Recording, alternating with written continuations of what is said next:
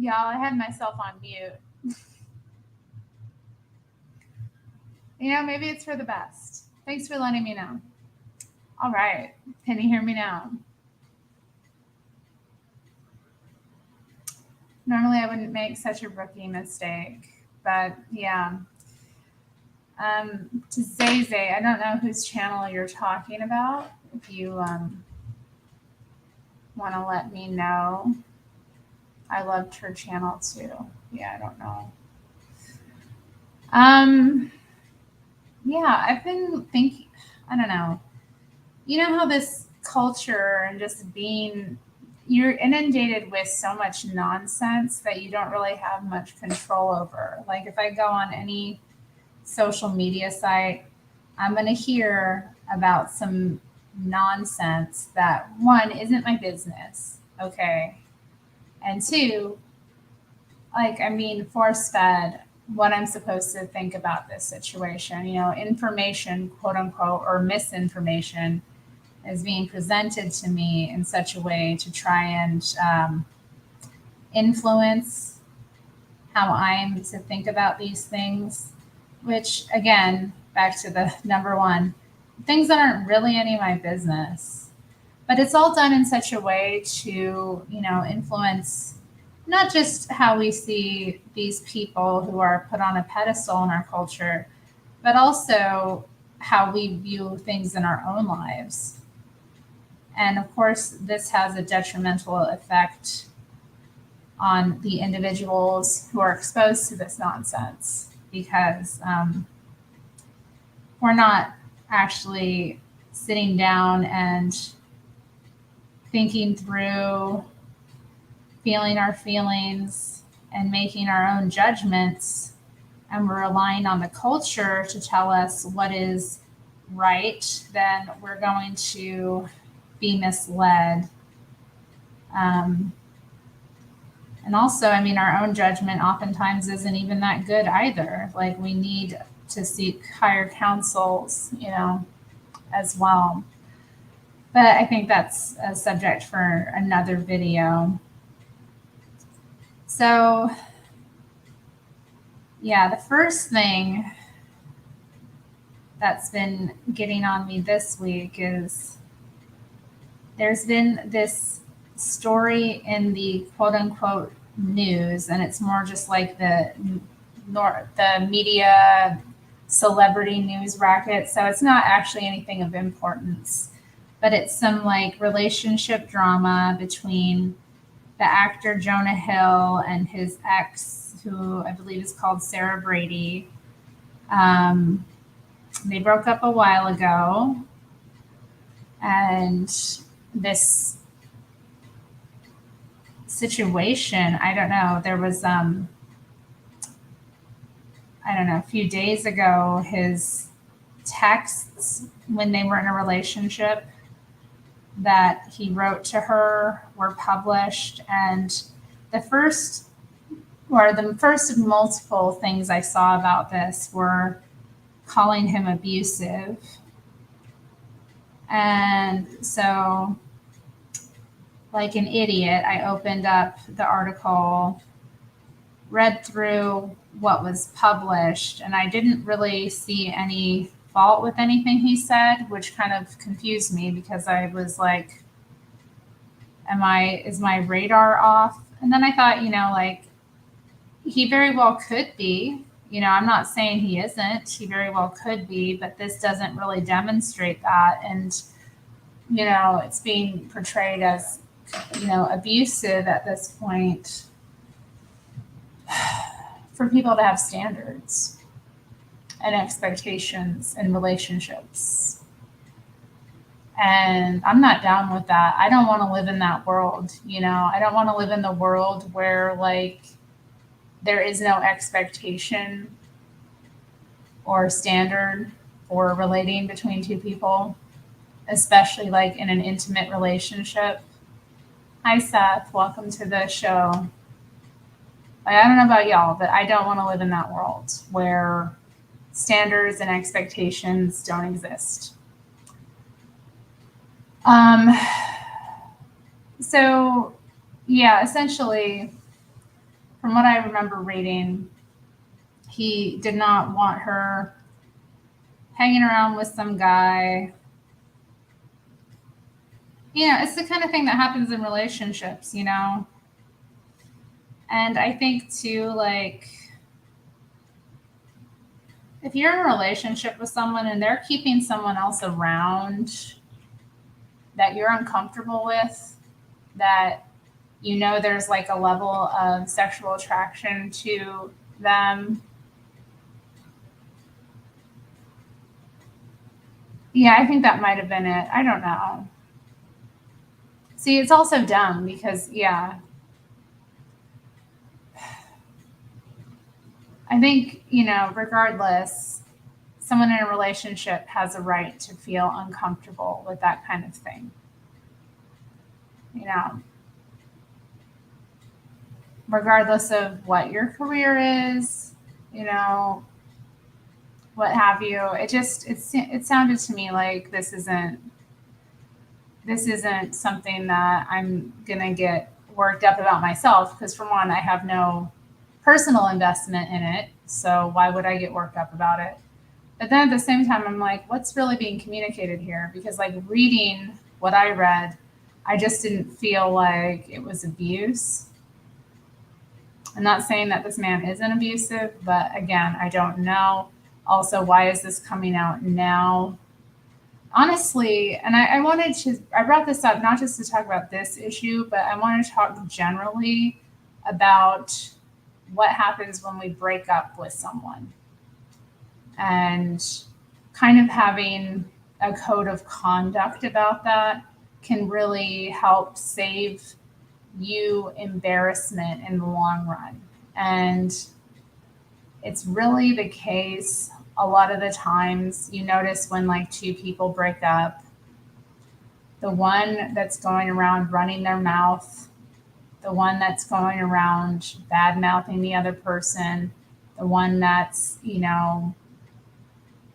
making a scene about it, is usually the one who was in the wrong in the first place, because they don't know how to behave, and they still don't know how to behave. And the one that keeps quiet and keeps their dignity and keeps the level of privacy and respect tends to be the one who was doing the right thing, and tends to be the one who, in all purposes, was not the problem.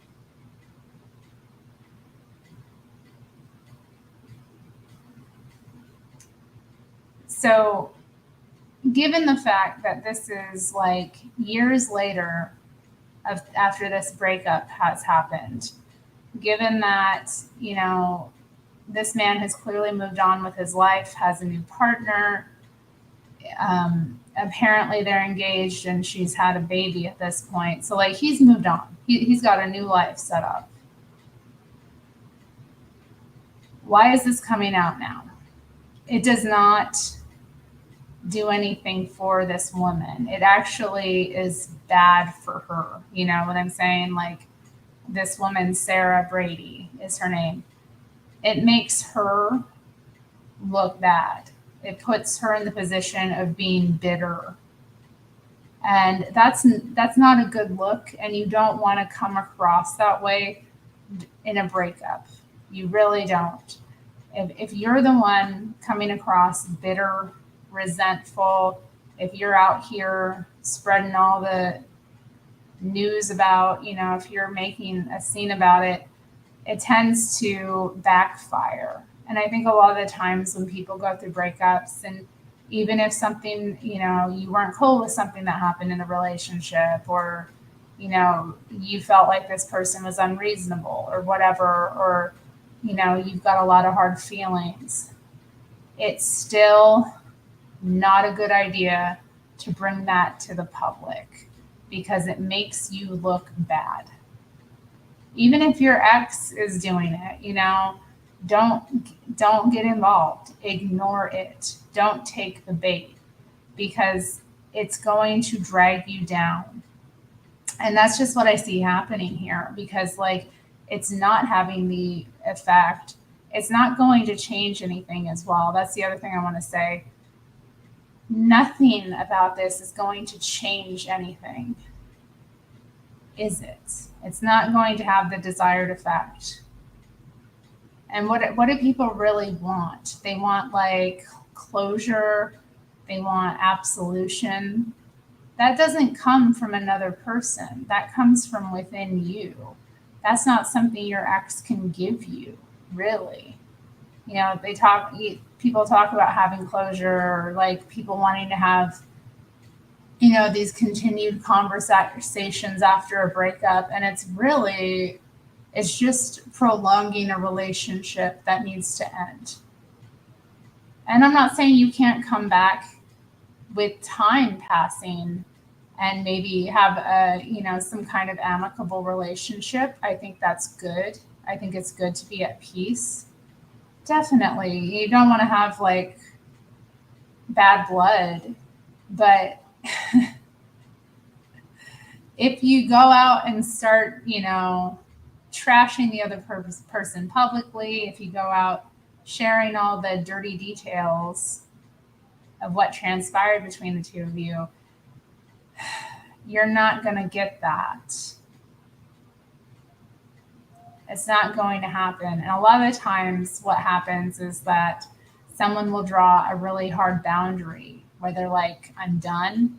And then the other person just loses it. And then they go out and like they're trying to get justice, quote unquote, in the wrong way. You know, real closure comes from you within, learning the lessons you were meant to learn from that relationship.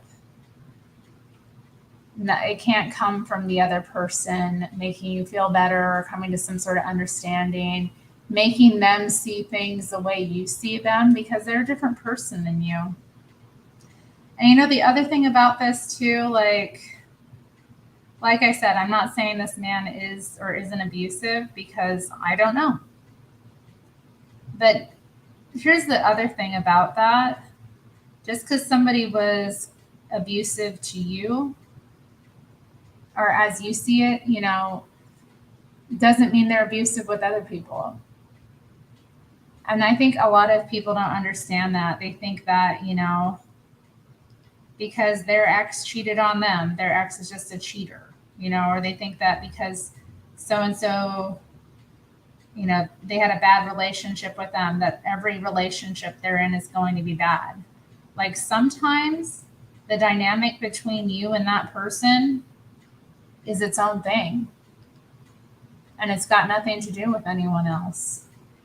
But, you know, people think that they're going to be out here rescuing others and, you know, from dealing with some person. And when it's like, you know, maybe the problem in the relationship was between the two of you and it really didn't have anything to do with anyone else. It's really bad. It's really bad for you. And while it might have a small term impact on, you know, that person, people might be gossiping about them, about your ex. They might be saying things. They might be spreading, again, rumors and gossip, because that's what it is. At the end of the day, you're the one who looks bad because you're the one who is behaving in a way that's trashy, you know? And if after a breakup, you're the one who's, you know, being trashy, airing all the dirty laundry, you're the one that's going to look bitter. You're the one that's going to look crazy. And people are going to, like, anybody with any sense who sees it is going to look at it, the situation, and be like, yeah, one person is going out here airing all the dirty laundry. The other person is being silent and respectful and not saying an effing thing. That in time speaks louder than anything else. Because honestly, this is the other thing too, like, even if things don't work out, even if a relationship was bad, even if you're not happy with the way someone treated you, you can at least respect the fact that some part of you cared for this person and, you know, you can at the very least leave them without making the situation worse for them. Yeah, I see it that way too. It's like, because I've been through a few not so good relationships, and, you know, had one person who I was in a relationship with briefly, when we broke up, like really was trashing me a lot. So I went through this years ago, and I just had to ignore it because it was just, all I really felt was like pity, honestly. Like I felt pity for this individual, and I didn't want to contribute to, because it was a situation where, like, for me, I was not happy with what happened. I felt like I was treated very badly in that situation. But I allowed that to happen. I'm the one who allowed myself to go through that, and I had to own that. And then, when we broke up and she was out there, acting a fool, I chose to remain silent about it and ignore it because I was like, for one, I didn't want to get drug into anything anymore because I was just done with this individual. I was like, I cannot deal with this person. She is a lost cause. That's how I felt. So what good would it be for me to contribute to her lostness? What good would it be to get into arguments and back and forths and, air all this dirty laundry and like tell my side? You have to come to a place of security in your life where you don't care about your side of the story getting out. A lot of people don't have that. They want, people to see them a certain way, and they're not comfortable with people maybe, hearing something about them and thinking that they might believe it or not. And it's like, you have to get to a point of not caring. You really do. You have to get to the point in your life where you are so secure in who you are and how you exist that if somebody says something about you that isn't true, or people think things about you that are, misinformed or not complete understandings of the situation, you just have to let it go and be at peace with the fact that some people are going to choose to believe things about you that are not true or that are not complete. However, a lot of people are not there, and that's how they get drugged down. It's because they care too much about the opinions of other people. And honestly, like anybody who sits around doing this idle gossip, is not, who listens to idle gossip and who gives it weight and credence, is not somebody that is really, you don't need to care about that person's opinion because they're not, again, they're another lost soul. They're another person out here in the world not focused on the right things. And that's a lot of people. So, for one, I had to, in that circumstance in my life, and that was a very hard lesson to learn, just be comfortable with people not knowing my side of the story. And that wasn't the last time I learned that lesson either. It came harder and harder, and it's still something that comes up. I have people like contacting me to ask me about situations or things I've seen, and I'm just like at the point in my life now where I'm not interested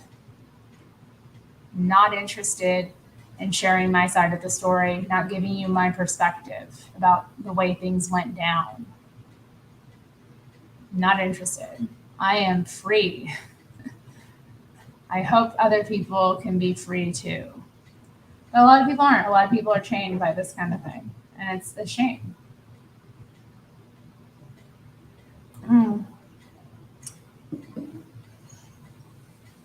Okay, so the other thing I want to talk about was some other stupid celebrity nonsense.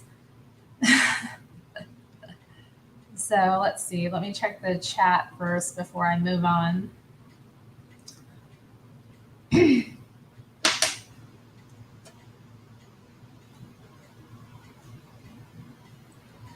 So yeah, the lady I was talking about, she's actually a surfer. She's a pro surfer. Yeah. So she does wear a bathing suit to work. However, like I think the context was again, it wasn't something necessary for her work.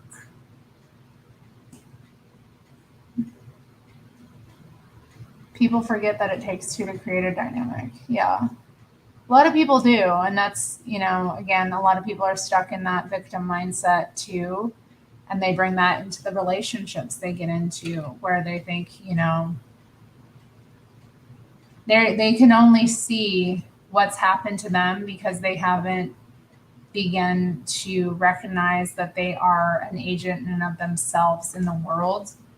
And that also is a damn shame because, it's a sad thing. There's a lot of people in this world who are adults and they've never really figured out how to be an adult. Like they've never really figured out that they have an effect on others. And that is, I think, a cause of a lot of strife between people and situations, and a lot of times it's hard to recognize because, again, in these circumstances, you're dealing with somebody with a victim mindset. The reality is you probably still have some as well, because if you didn't, you would be recognizing it right away. You would have a sense about it when it comes up. It used to be the situation that like I dealt with that a lot. And what was it? It was my own like lack of processing my own victim mentality. Now I've wanted to do a stream just like tackling the victim mentality thing, but it's such a big topic and it is so deep. And it's really hard to like talk about how to get out of it. I mean, it's a series of awakenings, and it's easy oftentimes to recognize that in other people, like the victim mindset, the woe is me, the world is happening to me, I have no agency thing. I'm not responsible thing. It's easy to recognize that in others, often before we ever recognize it in ourselves. That's usually where it starts. Like we'll notice like, wow, this person's a real victim, but we won't recognize, how we carry the same mindsets and have the same expectations of others. A lot of the times people are relating from that place where they feel like the world owes them, and the world, AKA, is you. Because they went through this, that, or the other, you owe them. And of course, it's an unspoken, unconscious thing. So they'll have all these expectations without ever verbalizing them, because if they were to verbalize them, what they are actually expecting, the the awareness would happen because it would be unreasonable. Hi, Jen. Glad you could make it. Okay, so yeah.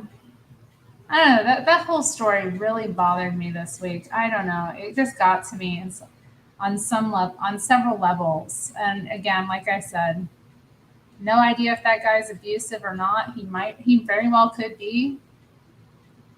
But I do know that when you go through a breakup, you do not want to be the one that is looking bitter.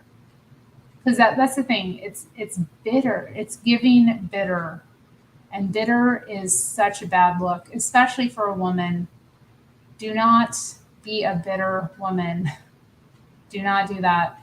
Don't be the bitter jealous ex, because that will tank your value in so many people's eyes. It really will, Even if you are bitter, even if you are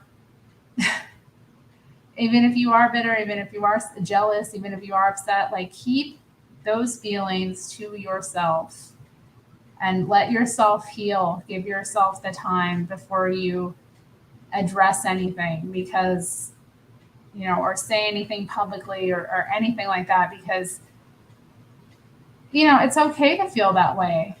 Sometimes we need to feel that way. Sometimes we give too much. Sometimes we, have feelings and they have us do dumb things and it's embarrassing. We'll go. That's the thing about breakups. A lot of the times, what people feel more than anything else is embarrassment because when you fall in love, you really do a lot of the times fall. And you look at yourself, once the crazy situation is over, you look back at yourself and all these stupid emotional decisions you made that had no basis in logic and that you knew were wrong when you were making them, you look back and you're like ashamed. And I think that's a lot of it too, that stuff is messy and ugly, and you should give yourself the dignity of processing it privately.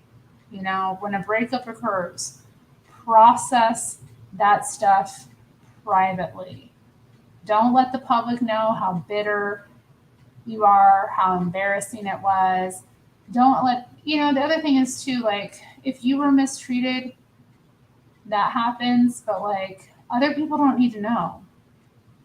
I talked about that in one of the Reddit relationship response posts I did recently. But a lot of women are out here like telling way too much. And it really doesn't bode well for us. The less people know about you, the better. You want to be mysterious. You want to be, because that stuff is baggage. Okay, people see that, it's a red flag, it's baggage. Okay, and if you're leading with that, if that's like your personality, if that's who you're showing to people, that's scary.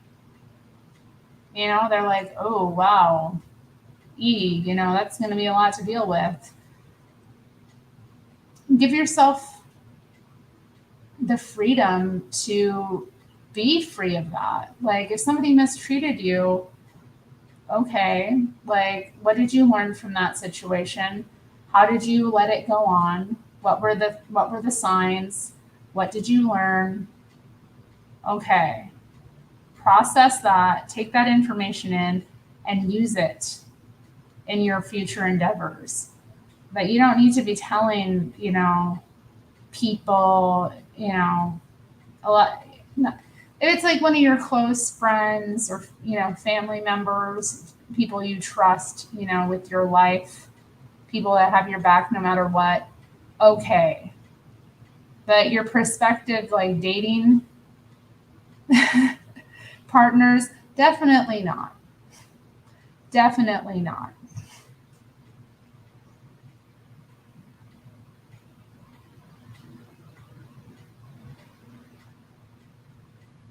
That's hard letting go of others knowing the story. Yeah. The other thing too about that is it brings other people in. It's like you're going through you and one other person are going through a breakup, but now you're bringing in the public. You're bringing in all these other people to dissect it and be a part of it. Like it's not good. Ultimately, it's really not good. And yeah, it is re-traumatizing. Yeah, I mean, yeah, you're putting yourself through it again and again. And it's like, give yourself the space to heal. I mean, we don't talk about that enough. I mean, healing is like, it's an industry, right? It's like this whole thing. There's all these different things you can buy, like package trips. There's all these like charlatans out here selling this, that, and the other that's going to heal you. when in reality, the thing that's going to heal you is space and time and attention to the self. That's it. You know, it's not all this external nonsense. You have to process what you went through, and you have to give yourself the time to deal with it mentally, emotionally, physically. It's like healing, you know, when your heart is broken, it takes time to heal. You're not going to be okay immediately. You're going to be a mess, and you have to give yourself time to be a mess. And a lot of people, you know, follow the world. They follow like the bad advice. They go after this thing, that thing, the other. A lot of it now is like, I mean, recreational use of drugs is becoming this way to like heal. All of this separates you from dealing with the actual pain that you're in. All of it's a distraction from actually sitting with your pain and feeling through it. There's no substitute. And like if you put it off and if you chase after other things and if you jump into like relationships too quickly again, and if you know, try to fill that void, that pain with external nonsense, it's just going to get buried and crop up later. And bad. It'll be bad when it does, because you're going to look at it and you're going to be like, why the hell haven't I dealt with this pain yet? And that's the case with so many different things that people need to heal from. So many traumas, so many like emotional issues, so many, you know, heartbreaks. It's that you haven't actually stopped. Let yourself stop and grieve. Ugh. It's a tragedy. And you know what? Like, I'm speaking here from personal experience. I know what I'm talking about. Like, the last heartbreak I went through took years to recover from. And sometimes I still wonder. Sometimes I still have these little, like, pangs, usually when I'm hormonal, you know, but it's like, it took forever. And part of the reason it took forever was that I buried it. Like, I didn't want to deal with it when it was happening. I just, you know, and part of that too, like sometimes life doesn't give us the space.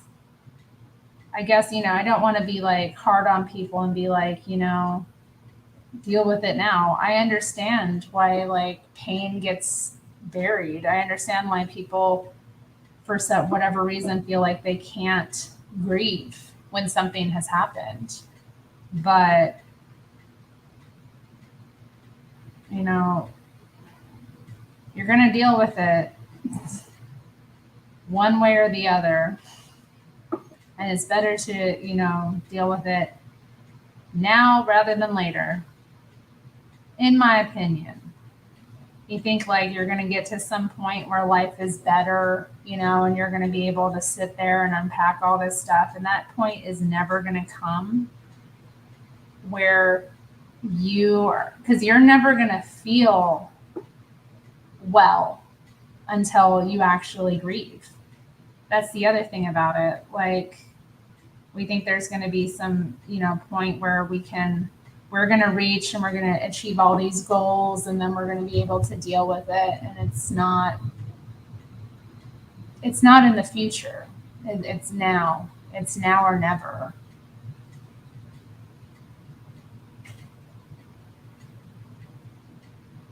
Right. That's such a good point, Polar Nights. Thank you. You know, I've had to say this to people as well, like, because there's this real trend with social media of oversharing,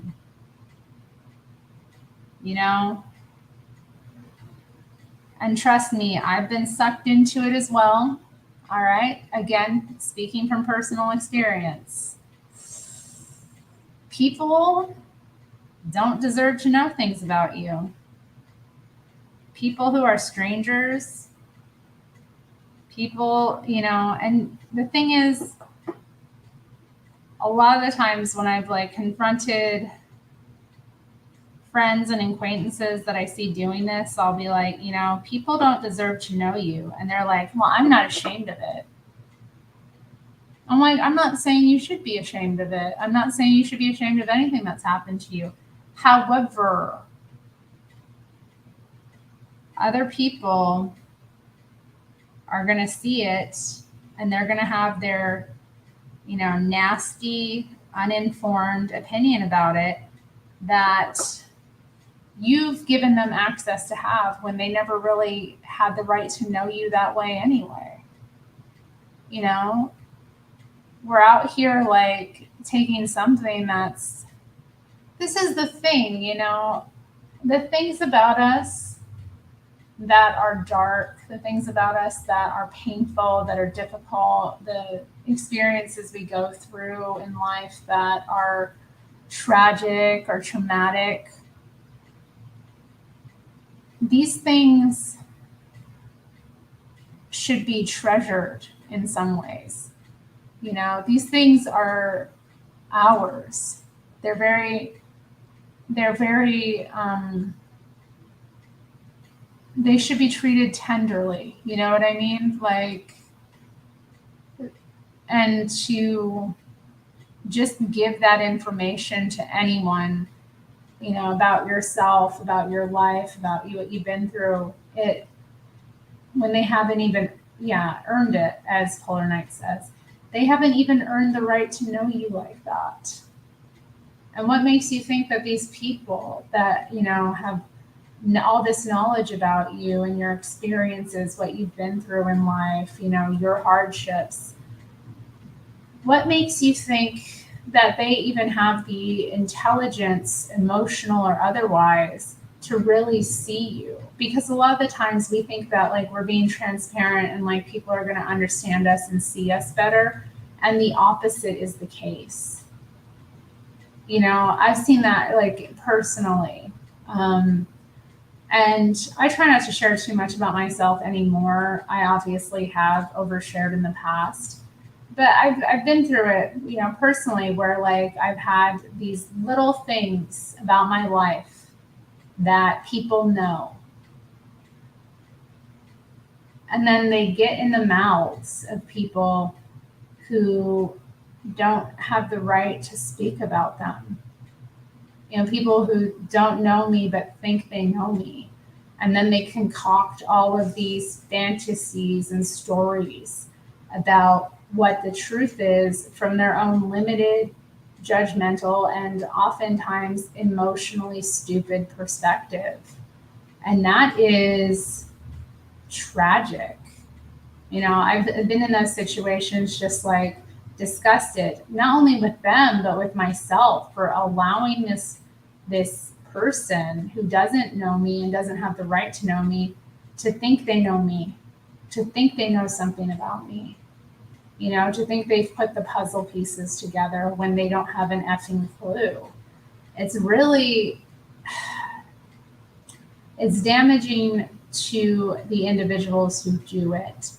And because it's so normalized, we have so many, like, and now with the explosion of TikTok, but it was before with Tumblr and even here on YouTube, people on here talking about their mental health diagnosis, talking about like their trauma, talking about like, all of their business. It really just does not do anything for them. If you're not,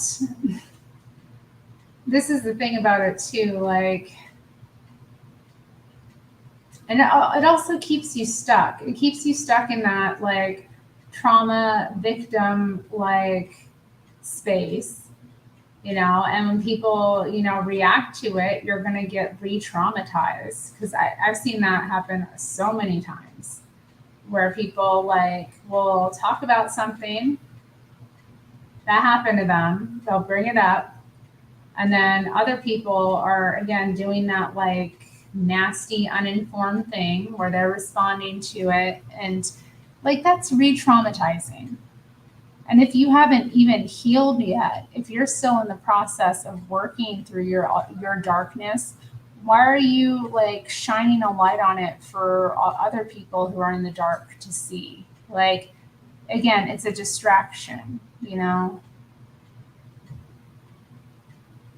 Until you've like actually sorted out your own darkness, like you shouldn't be broadcasting it or like putting it on display because you don't really know it yourself either. You're still putting the puzzle pieces together.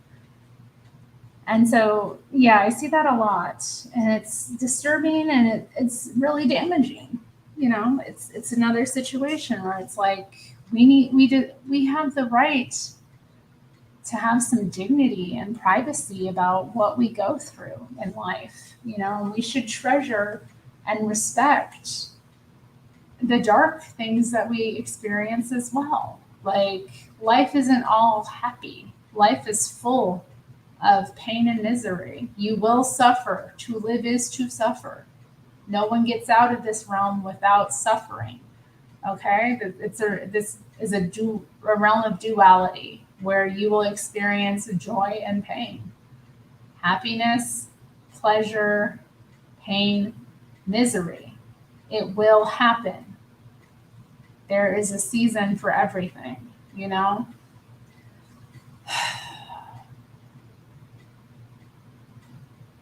We should, again, respect and treasure what is, you know, what is ours, which is sometimes, you know, it's our pain. Our pain is ours. It doesn't belong to everyone else. It doesn't dissipate by sharing it, it actually grows it. And it's the thing about like misery. You're just spreading misery as well. And I feel for these young people who like are sitting on these websites spewing all their stuff out there, and then they're having it reinforced by others, and they're just kind of like sharing in one another's misery and like spreading it, and it's bad. It's not good for them. It's not good for anyone who comes across it. Like when I see that stuff now, I'm just like so like why are you sharing that? Nobody deserves to know that. You're just making life harder for yourself. Yeah, and that's the thing. It's a false connection, though, Polar Nights. You know, being desperate for connection. Yeah, we overshare. Until let's you're hitting it out of the park for real. But that's not connection, is it? Because trauma bonding isn't connecting. That's trauma bonding, isn't it? I mean, a lot of people are addicted to the internet because, like, they've trauma bonded rather than connected to others. It's really interesting how many communities exist on the internet that are solely about trauma bonding, solely about, you know, connecting over one's actual or perceived victimhood.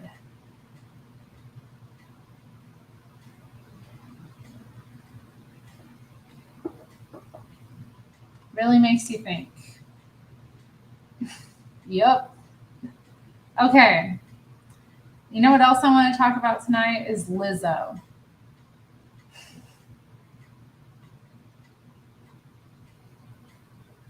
I swear to God, you know, I don't know where to begin here because there's so much about her. It's not her exact, you know what, it is her, but it's not her. It's more than just her because there's this whole media zeitgeist around her, and every day she is like in my face. Every day I am being exposed to Lizzo. I'm being exposed to what she's wearing. I'm being exposed to what she's doing. I'm being exposed to her like gaslighting and masochism and like false victimhood. And it's driving me nuts, honestly.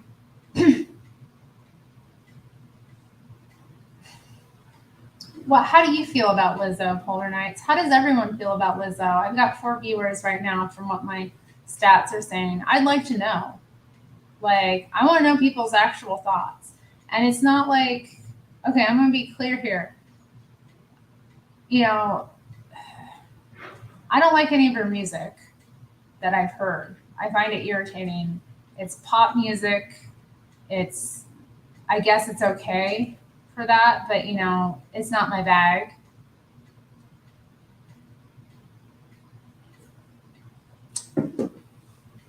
Sweetie, I'm working on my nails while you up here. Mwah. But I really would like to know because, like, I feel like she's just shoved, like, in my face, down my throat all the time. And most of the time, I just feel like I'm being gaslit about her. It's like, Lizzo looked stunning in this. And then it's like, she's not wearing anything. Like the last thing I saw, like I saw an article with her right before I came on, okay, like an hour ago or before I came on this live. And she was in this see-through purple thing, like purple dress, but like you just see everything. And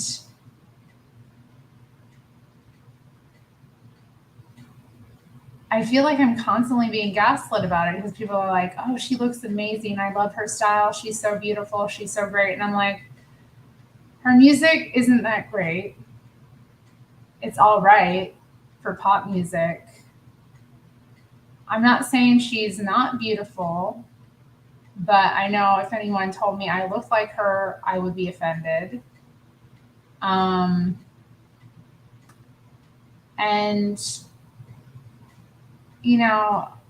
I'm a woman who's had weight issues. We all know, you can go back in this channel and see me being very fat.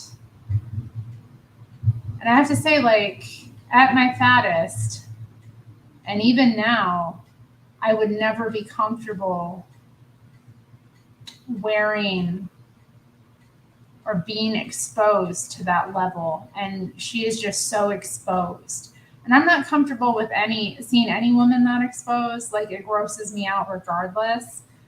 But, when you're a larger woman, it does feel a little more obscene. For one, it's like less common to see that. So maybe that's part of it.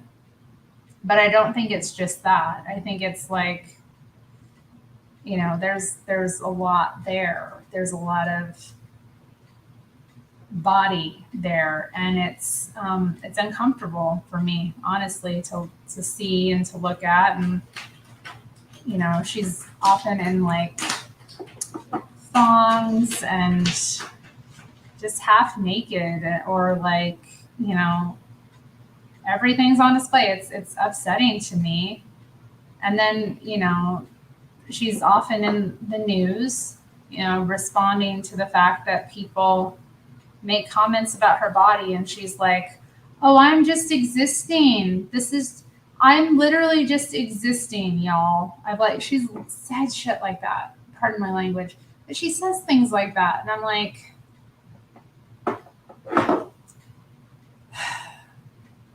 are you though? Are you just existing? Like, is that it? Like, she makes her body is her brand. I think that's the thing that bothers me about it. Her body is her brand. The fact that she's larger is her brand. She sells products she sells shapewear, right? And athletic wear for larger women. She does mukbangs, She has in the past. She does those videos where she's eaten. Her Twitter handle is something like Lizzo be eaten. The thing. I feel like I'm being gaslit. I feel like I'm being gaslit by her. And I think that's the thing that really irritates me. It's like, don't comment about my body, but literally I've seen your whole body. Like, there's very little of your body I haven't seen, and I'm seeing it all the time. And then there's this like constant media force out there that's just drilling it into your face. Like, she's so talented. She's so amazing. She's so miraculous. She's so beautiful. And like, I'm sitting here like, yeah, even that flute video where she's playing that flute, like, she's an excellent flautist or flutist, whatever. And she's not wearing anything in that video. She's in the White House and she's wearing nothing. Like, that's the thing about that upsets me about her too. She's obscene. It's obscene, like the level with which she's not dressed a lot of the time. Like, I'm not comfortable with anyone being that undressed. Like, I'll put that out there. I like modesty, okay, to a certain degree. You don't have to be, we're not talking FLDS here, but like a certain degree of mystery about a woman's body is a good thing. It's not a good thing to have it all out there on display for everyone to see, in my opinion. So that bothers me generally, not just with her. I can think of many other female celebrities where I'm like, I'll see them in something and I'm like, ugh. But I just feel like so gaslit by the whole thing. I feel like I'm constantly having her greatness just shoved in my face, down my throat. And I'm, then it's like, this is just my body, y'all. This is just, I'm literally just existing, y'all. And it's like, are you though? You're not really, it's not just existing. You're not just like, your body is your brand. You're selling this. You're selling this to us, and you're, then turning around and gaslighting us if people don't respond positively. It's like narcissistic fake victimhood. That's what I see with it. It's like, I'm going to do all this, but don't you dare say what I'm doing. I don't know much about her, but I know she was big about body positivity around being severely overweight. That's about it, though.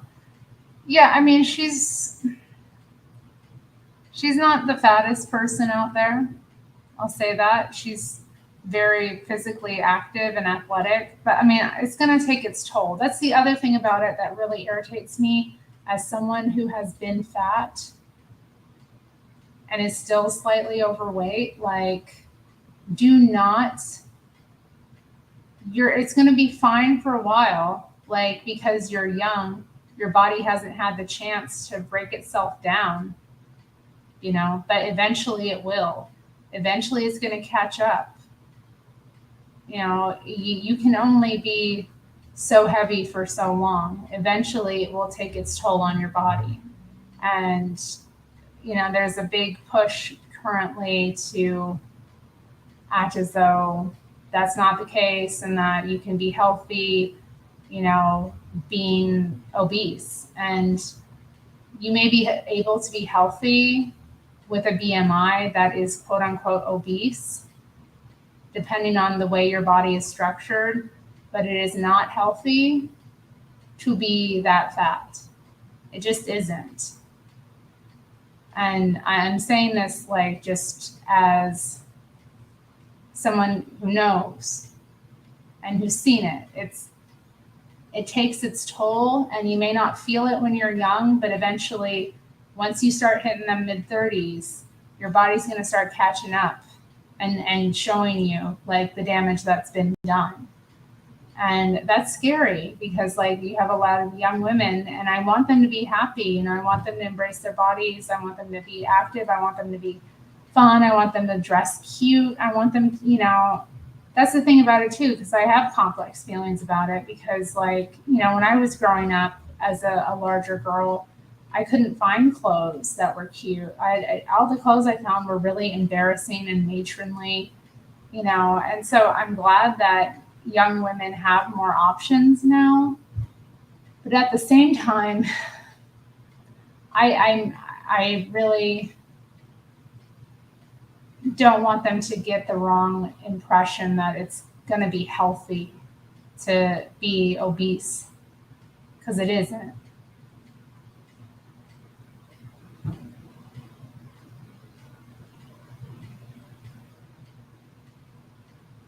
Yeah. All right. I don't watch the Grammys, so I didn't see that. I mean, you know, like I don't want to hate on this person entirely, but like I do feel gaslit by her um, public presence sometimes, and it's that, you know, despite the fact that her body is her brand, if you talk about her body, yeah, then you're somehow bad or you're somehow like doing something wrong. Like, no, I don't think fat people should be shamed for existing. I don't think fat people should be dissected. But she isn't just existing, okay? Like, it's her whole brand, and she's like naked a lot of the time, except for a few pieces of cloth. And she's shaking it all out there. And it's like, whoa. It's a little unsettling to me. People are going to have a response.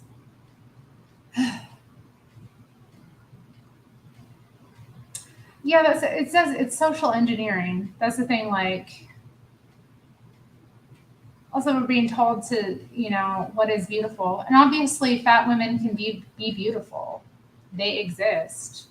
You know, we've all seen them. We all know they exist, and beauty is more than skin deep as well. You know, beauty isn't just the physical; it's who someone is. And you know, there are many fat women who are confident, who have style, who take care of themselves, who put themselves together well, and they work with what they got and they look good. We all seen it. We've all known them. They're out there, and I when they're winning, I'm winning. You know, I want them to win. I want fat girls to win for real. But like, um, there is something about this that is unsettling to me, and I think that's part of it. It's the fact that it's being kind of socially engineered into accepting this more and more. Um, when, you know, telling people that, you know, you're beautiful. And the reality is, yeah, someone may find you beautiful, but like, if you've got 100 extra pounds on your body, you're gonna have less options. Okay, you're going to have a lot less attention. A lot less people are going to want to mate with you. That's just reality. And social engineering aside, there's nothing that's going to be done about that. Okay. And that's a reality. And I don't want young women who are struggling with their weight to see these like celebrities and these like fat influencers and these fat models and think, you know, oh, these women are desired, so it's going to be the same for me. It won't. Okay. You're a normal person. Your options as a normal, average person are less than celebrities.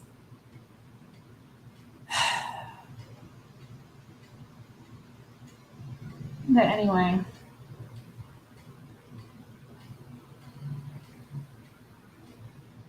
yeah, I mean, I'm not comfortable with, I feel like, what, it upsets me too. It's like, you are somebody. You don't need to put your butt out there to get attention. All eyes are already on you. It doesn't all have to hang out, you know?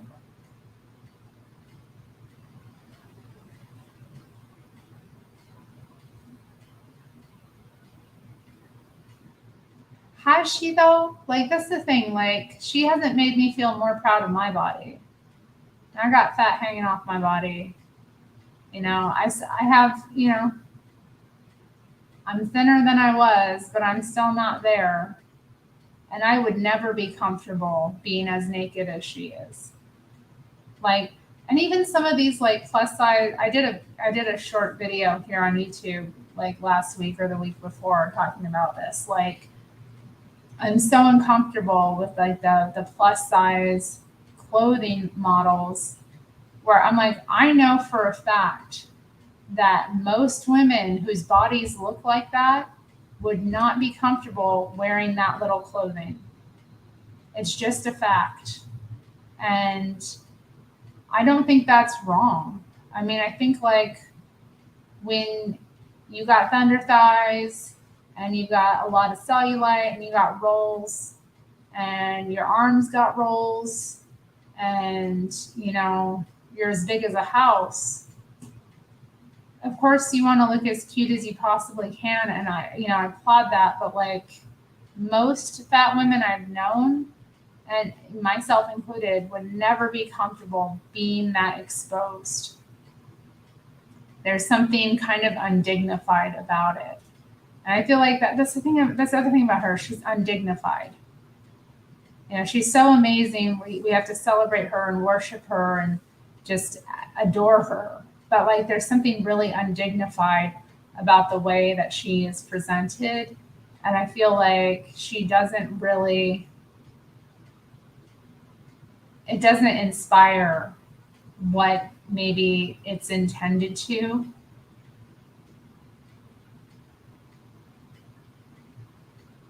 I mean, I'm sure there's some women that are inspired by that, but like, it doesn't do women good to be like that in general. Again, for a celebrity, yeah, you can get away with being half naked, but a normal person, no, no, it's just not the same world. It's going, if you show up in the world like that as an average fat lady, it's not going to be received well. And I think it kind of gives this kind of false sense of confidence. I mean, I don't even believe she's as confident as she pretends to be, because like honestly, she's always responding to people's response to her. She's always like, I just want to give up. I'm just like, why? I'm just exist like, like, are you that confident if like other people's opinions are bothering you that much? It's a celebrity. So like imagine what that's going to do to the psychology of an average person who doesn't have millions to go home to, who doesn't have a bubble of privacy, who isn't protected or admired in that way. Like, and I've talked to other like larger women about this, and they're like, yeah, I would never want to be that exposed. There's something about it that just feels wrong, and it's not just that you're big, but I mean, I think that's part of it. Like,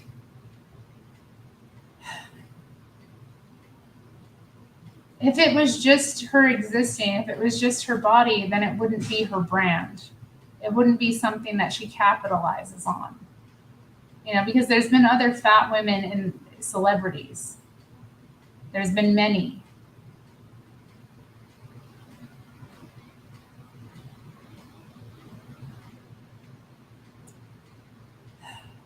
But their fatness wasn't their brand.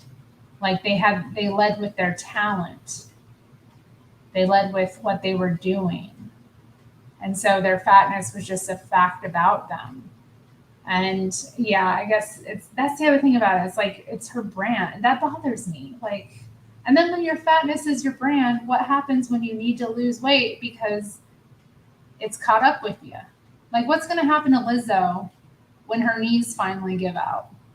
All those moves she's doing on stage, it's having a very bad effect on her joints. You can guarantee that she's going to be having some very serious joint issues and she's also vegan, or she claims to be, but I believe she is. If she is, I mean, she's running her body down real quick, real quick. You know, what happens when she needs to lose weight? What happens when that comes? Like, who's she going to be? That's the other thing about it. You don't want, it's not something to be your brand, it's not something to lead with. But this happens to a lot of like fat women in the public. They become like these fat influencers. You know, they inspire all these people. They get on that whole body positivity, healthy at every size kick. And then the reality hits that they've got lymphedema, they've got diabetes, they've got joint issues, they're having heart issues, breathing issues, all that stuff. You know, they're going through all that. And they have to lose weight if they want to live. So that happens to a lot of these people. And then they're seen as betraying their community. You know, once they start to like, you know, make the right choices and like prioritize their health over everything else, suddenly they're betrayed the community. Suddenly, you know, they betrayed the fat people. Suddenly, you know, they're persona non grata. And that's going to happen to Lizzo because she can't keep going like she's going. And that's the other thing. It's just, you know, there's all this like fake confidence with her. And I see the pain and I see the masochism. I really do. And then I see it like it's like a train heading for a brick wall. It's going to hit. And when it hits, it's going to be bad.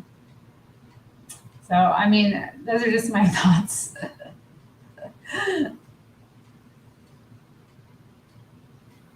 Is the stream frozen for y'all?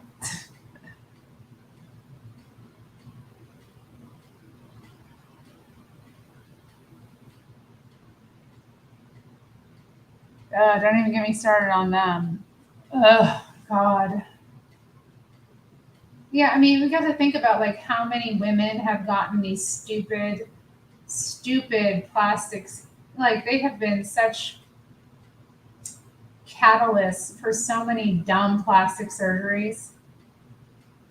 Like the BBL thing. I mean, like the contoured makeup thing. Like every girl is out here contouring her face to look like every other girl now. God. I can't with them. They're just ugh, what a mess they all are. I mean, yeah, it's the same thing. Like these people do inspire a lot of other people, and it's like it's worrisome. And yeah, now like a lot of I think Kim got her because she had butt implants. Those were taken out, right? And this is the thing with a lot of these plastic surgeries, especially implants, that isn't talked about. And they're not going to talk about it. They're not going to talk about the reality of it. And if you do talk about the reality of it, or you mention like, wow, so-and-so has had a lot of nose jobs or whatever, you'll get attacked for it because you're not supposed to comment on someone else's body. You know, that's this other gaslighting thing. It's like, you know, when you get those silicone implants in your body, a lot of the times your body rejects them. So a lot of the times with women who are getting these implants in their butts and their breasts and other places, they're dealing with a whole host of autoimmune issues. They're dealing with like one big side effect is digestive issues. A lot of times they'll have issues sleeping, they'll have heart racing, they'll have like, I'm just going to say digestive issues, but we all know what that means. So just use your imagination. These are, you know, really serious side effects that women get from these implants in their bodies. But these celebrities, you know, they'll have them for 10 years and then they'll take them out and they won't say why. They won't mention any of it because they were like, it's almost like they were contracted or something to sell these plastic surgeries, and now they can't speak publicly about what was happening with them because, like, if they did, a lot of people would start to wake up and kind of see just how destructive and damaging these things actually are.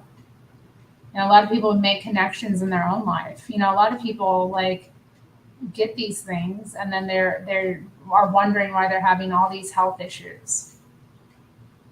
They're wondering why like nothing's working right anymore. And there's other thing that's really irritating about this culture is just the total cavalier attitude it takes to plastic surgery and cosmetic surgeries. Like, anytime you go under, anytime you are cut open, it's a very serious thing. It's a very serious thing. And you will have, inevitably, there will be things that come up from it, complications. And, those are often minimized, but it is something to think about. We all know that happens. Like, things that should go one way oftentimes don't. And so, like, to get cut open just to put something to make your butt bigger, I don't know. Or having the fat sucked out of here and put there. It's just like, oh my goodness. So everyone can look the same. I don't get it. I mean, it works. I mean, there's an allure to it, but trendy plastic surgery is a real problem. It's a real problem. It's one thing that really shouldn't trend and one thing that really does trend for some reason. Like, so-and-so is getting the fat sucked out of their cheeks. So everybody's doing it now. And now everybody's like,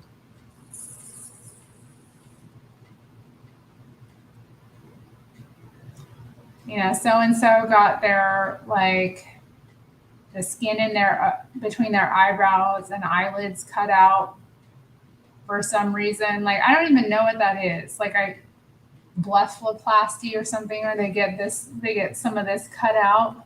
I guess it makes you look younger. And then the face lifts. Like, yikes. I don't know. Mm-mm.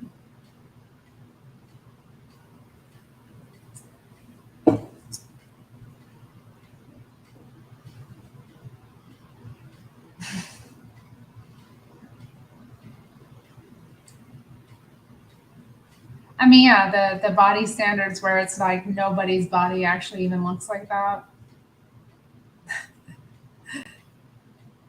I mean, stop looking at the screen. Stop comparing. Like, we should never be comparing ourselves to the screen. We need to look in the mirror. You need to look in the mirror every day and recognize what you got going on. Okay? Because especially if you're an average person, like, there's no reason why we should even be comparing ourselves to or looking up to celebrities in any way. They are not us. We are not them.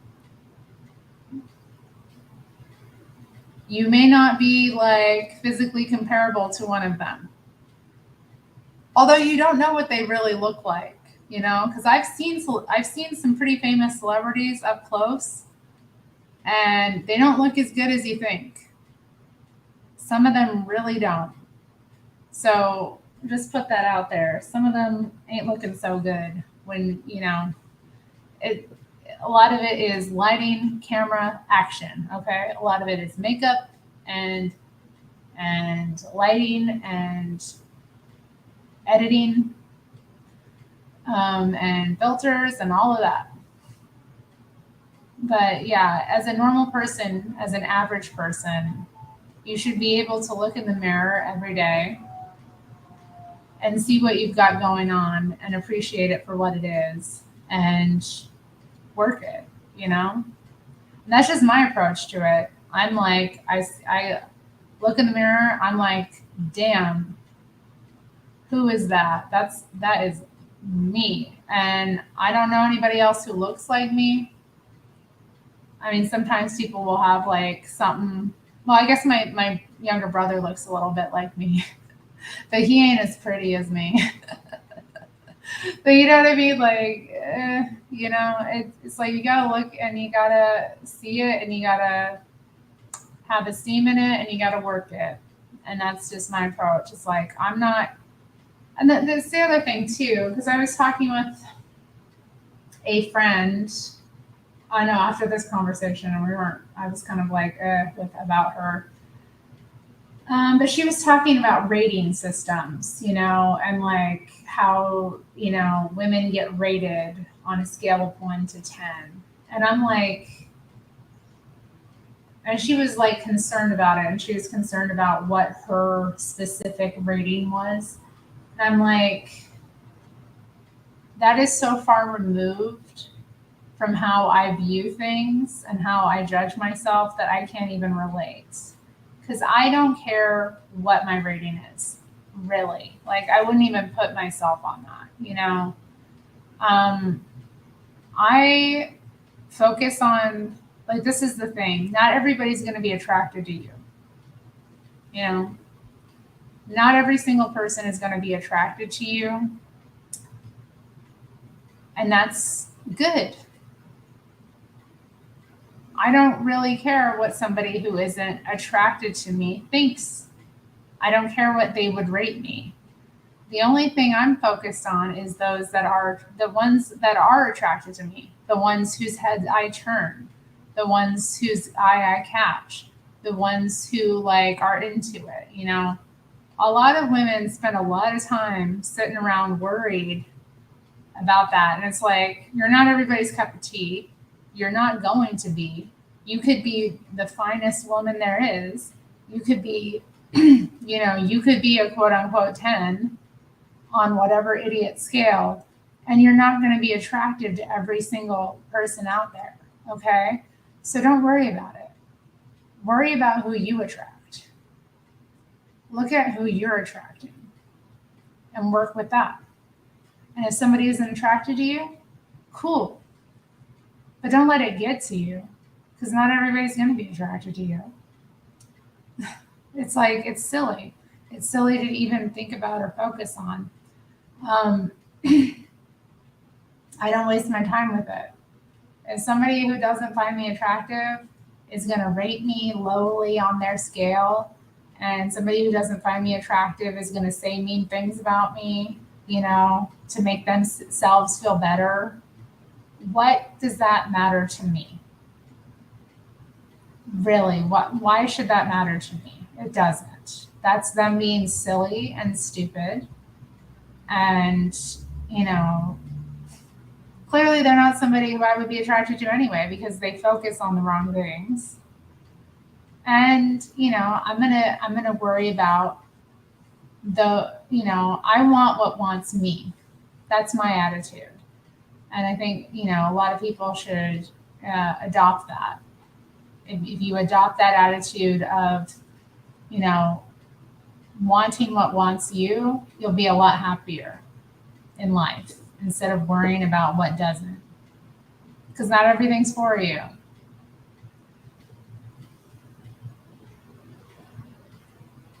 I'm glad you understand, Polar Nights. Glad you understand. It's a real. God, I saw something today that upset me so much. I've seen a couple of things today that were like vegan propaganda.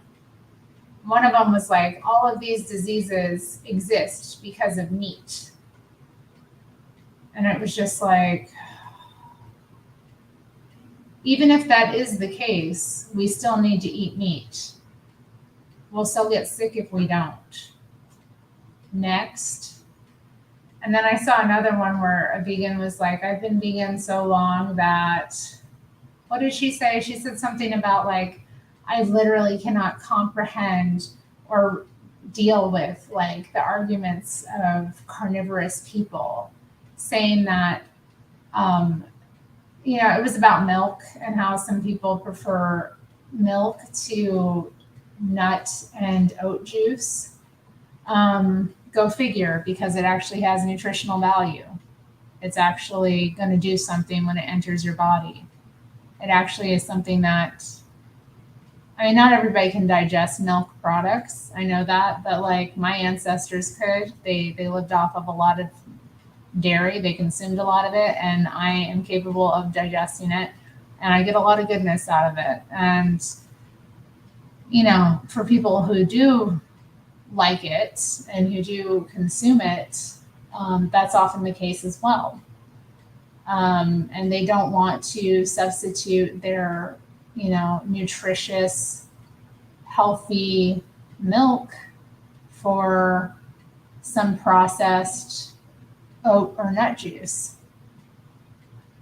But yeah, this woman was going off about like how carnivores will just like justify the stealing, the removal and killing of a cow's baby to justify their need to have the liquid at the bottom of their cereal bowl be of a certain texture. I was just like, man, F you too.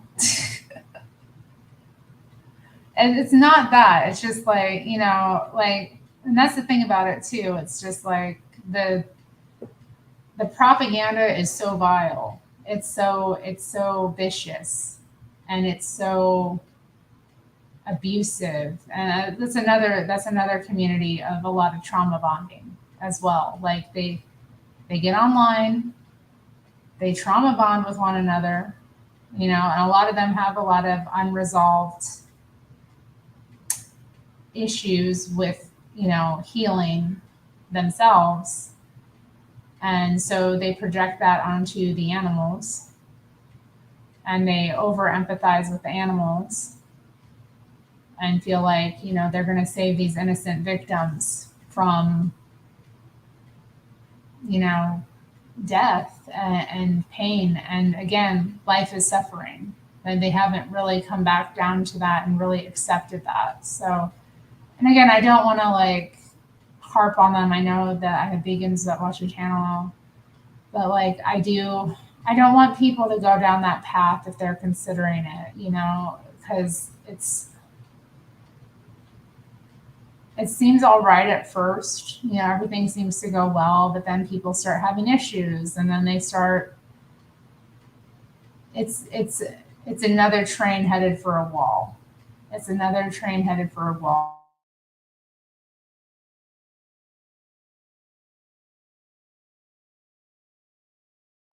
You will have issues, and eventually you're going to have to make the decision like of, whether or not you're going to fully let yourself deteriorate, or you're going to choose, to eat animal products again.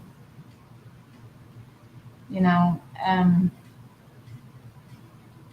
know it's tough because I love animals too. I don't want to see that. I think of animals as persons. I do. I know they are. But like again, this realm is suffering. It's unavoidable. We have to eat. We have to eat food that's nutritious. We have to eat food that we can digest. We have to eat food that, is nutrient dense. And if we don't, if we're eating, overloading ourselves with plants, and a lot of plants aren't healthy to eat. A lot of them aren't really digestible. And that's the thing. That's the other thing that woman said today. She said after that was like, oh yeah, you can build muscle on a vegan diet. Like, and she said, look at rhinos and hippos. They're vegan. And I'm like, they have a completely different digestive system to us. Like they always point to these like massive land mammals that have oftentimes stomachs that have multiple compartments. We have one stomach. We can't break down food. We cannot break down that heavy fiber like those big animals can. Okay? They can do it because they've evolved to, but we evolved eating meat and insects. It is what it is. It's, anyway, sorry. Kind of. Oh, I'm sorry you have serious health issues due to it. I mean, yeah, it affected my health. No doubt about it. I mean, like, I don't think that, like, the autoimmune disorder that I developed was due to the weight, but the weight didn't help. It really didn't. And I think the extra weight really did help speed up a lot of the deterioration that I went through. And you know what? Before I developed that condition, I was eating a vegetarian diet for years. I was never vegan, but I do think that that diet played a role in me getting sick because if I had, you know, been more aware at that time, because I don't think I would have gotten as sick. Like if I had eaten better and healthier and had more protein in my diet and animal based foods, I feel like I would have done a lot better in terms of dealing with that. But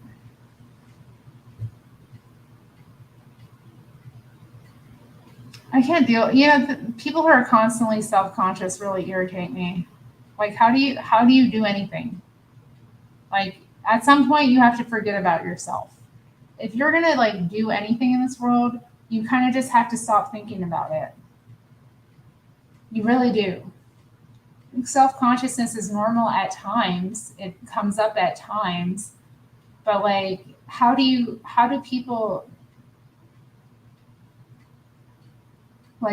get anything done if you're constantly thinking about it? Like thinking about yourself, how others are perceiving you, and like some people like take it way too far as well. Like sometimes it's good to sit back and think like, how would that person maybe view that interaction that we had? Like, maybe I should think about that. It's a good thing to be, somewhat aware and concerned with other people, but you can't let that rule your life. You can't let other people's perspective override your own because you're not here to live their life, you're here to live yours. And a lot of the times it's like people you don't even know.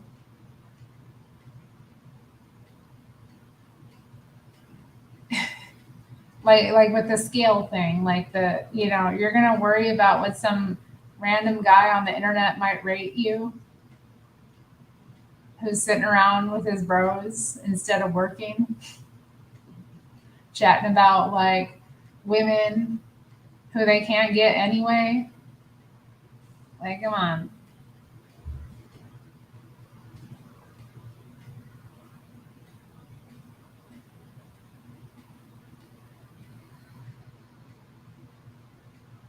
Yeah, I mean, you just have to, you have to accept that reality is suffering. And you also have to make a choice. Like, am I going to suffer or is somebody else going to suffer? And I'm like, I choose me. I choose me. I'm going to be the one. I'm not going to sacrifice myself for an animal I don't know, especially when I am going to benefit from eating that animal. And if I don't eat it, I'm going to be worse off. That's just how I see it. Allison D. Hi, Allison. What diet do you think is best? I'm hesitant to state that because I don't think there's one diet for all of humanity. Some people can eat certain things, other people can't eat other things. I think that's it's a bit complicated, to answer that because some people have food sensitivities, and they a lot of the times, you have to figure out what you're sensitive to, what causes you problems, and kind of figure it out for yourself. You can't just rely on someone else's plan. I mean, if you don't have any sensitivity issues and you're doing okay, like you don't have really any food allergies that you're aware of, you don't seem to be affected by any foods, then yeah, maybe you could follow different diet plans and see, what works best. But I think a lot of times it's down to really trial and error and figuring out what foods you can eat and what foods you should probably avoid.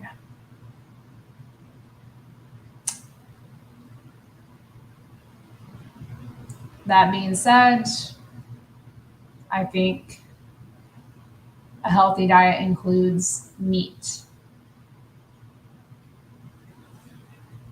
JM asks, what is my favorite food?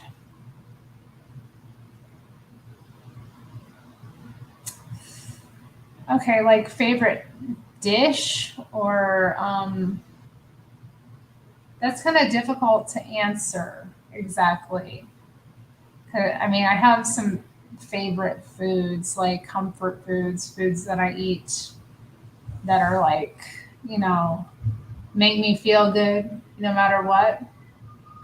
I think probably pho, like beef pho, is one of those things I eat. Like anytime I'm not feeling too well, or I'm feeling a little bit like, like I might be getting sick or I'm feeling a little under the weather, I usually go and, get some pho. That's something that usually makes me feel better. It's really hydrating. It's a lot of beef, the bone broth, and noodles. I love noodles. I love noodles.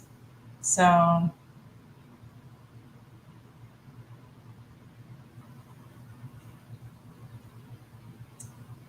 yeah, I'd say pho is probably one of my favorite dishes. Beef pho.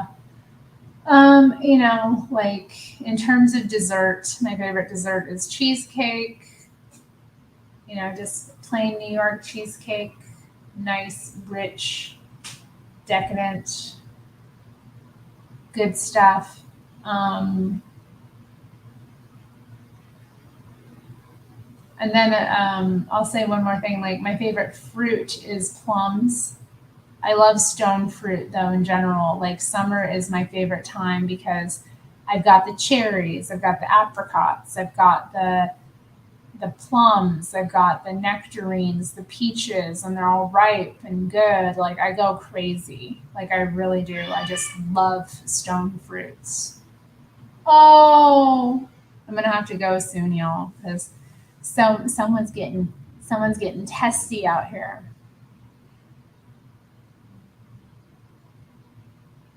We're gonna have to disagree about dairy, Allison, because dairy is life.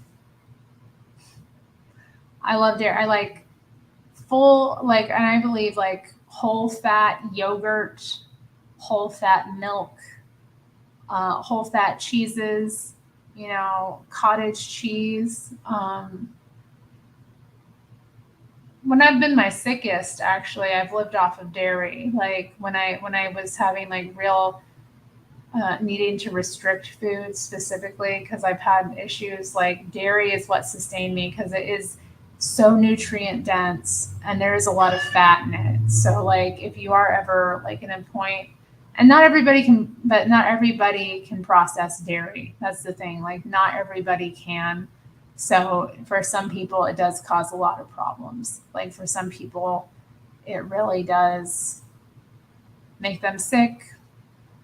And if that's the case, you gotta know what you can eat. But for me, it's good stuff.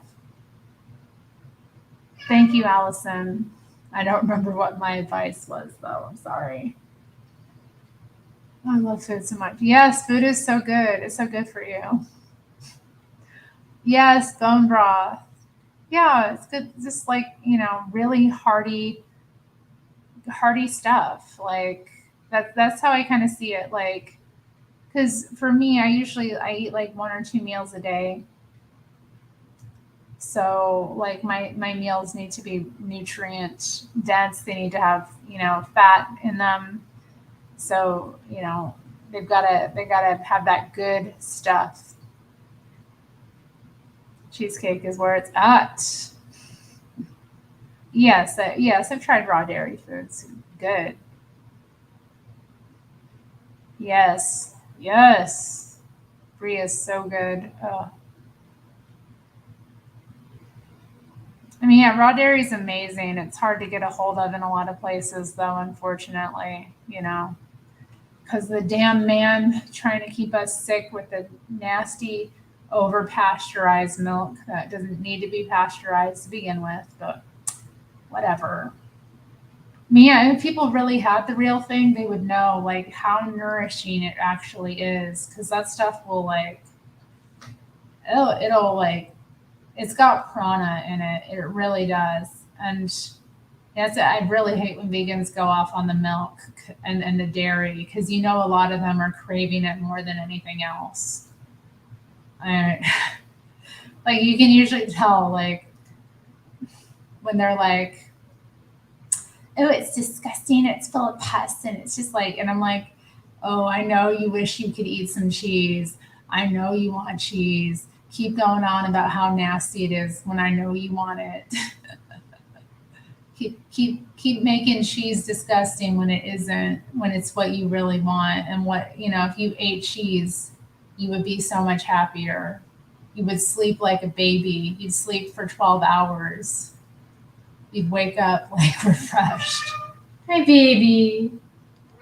Do you love me? Hi, sweetie.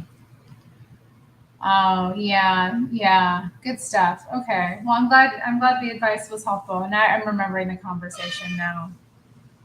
Yeah, those dusty men.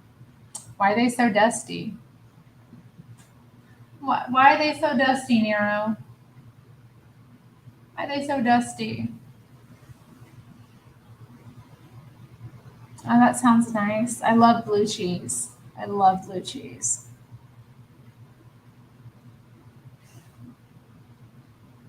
What are you laughing at? Are you laughing at me talking to the cat, or are you talking about the dusties? The dusties.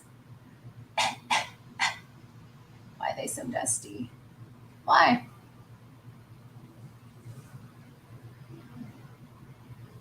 That one lady I was reacting to, like the comments of, came back on that video as well, and like left another like horror story about like, oh my god. And it was, again, it wasn't in any way what I was talking about. You know, we're talking. I was talking about. I was responding to people being angry at me for talking about, or for being okay with the um, part in the Bible where it says that should submit to their husbands. And this is talking about in the context of a Christian marriage. And then she brings up this example of some woman spotting a missing girl who wanted to go to the police and tell them, because they were asking people to come forward if they had any information. And her husband didn't want to, so she obeyed him. And then the girl ended up dying. And then she ended her like comment with, "Father doesn't always know best." And I'm like, what the hell does this have to do with what I was talking about? Okay. In the context of a, Christian marriage, right? The man is the head. The woman is to be obedient to him. But this is all contingent upon them being obedient to both, obedient to God. All right? The real head of it is God. Okay? That's Where's God? God was not in that scenario, okay? The husband was not a godly man, okay? The husband wasn't, acting in a moral fashion, okay? So in that circumstance, you wouldn't obey, would you? Okay? Don't this is in the context of someone being godly and moral. This is in the context of somebody knowing the difference between right and wrong. You don't obey somebody who doesn't. You would never submit, or you would never submit your will to somebody who didn't have better sense than you. And part of that is having like a moral understanding and a fear of God, essentially, which is kind of that's the hierarchy there. Okay, like, hello. And again, like, I wasn't preaching it. Somebody got in my comment section and was being bitchy to me about it because they're like, how can you be okay with that? And then I was like, well, I am okay with that. You shouldn't marry a man if he isn't that. It's a lot to live up to. It's like it's having a very high standard. You don't give yourself. You don't do that to someone who isn't of that standard. It's a very high standard. Hello. And if he shows himself not to be, you're ultimately answerable to God. Right? Right. Hello. So yeah, that situation was just like, oh my God.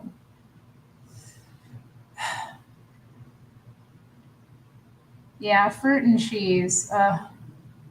Grapes and cheese. Dried fruit and cheese. Cheese and cheese. But yeah, the sweet and the cheese, it's always good.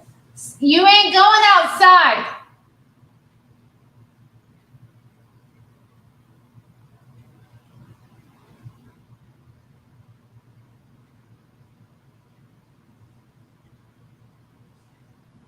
Yes, I like tea. I love tea. Oh my goodness. I haven't been drinking much of it lately, but hi, baby. Why are you going off? Why are you going off? Why are you going off, baby? I used to work for a tea company that sold loose leaf tea, so I learned a lot about it. How to brew the different teas.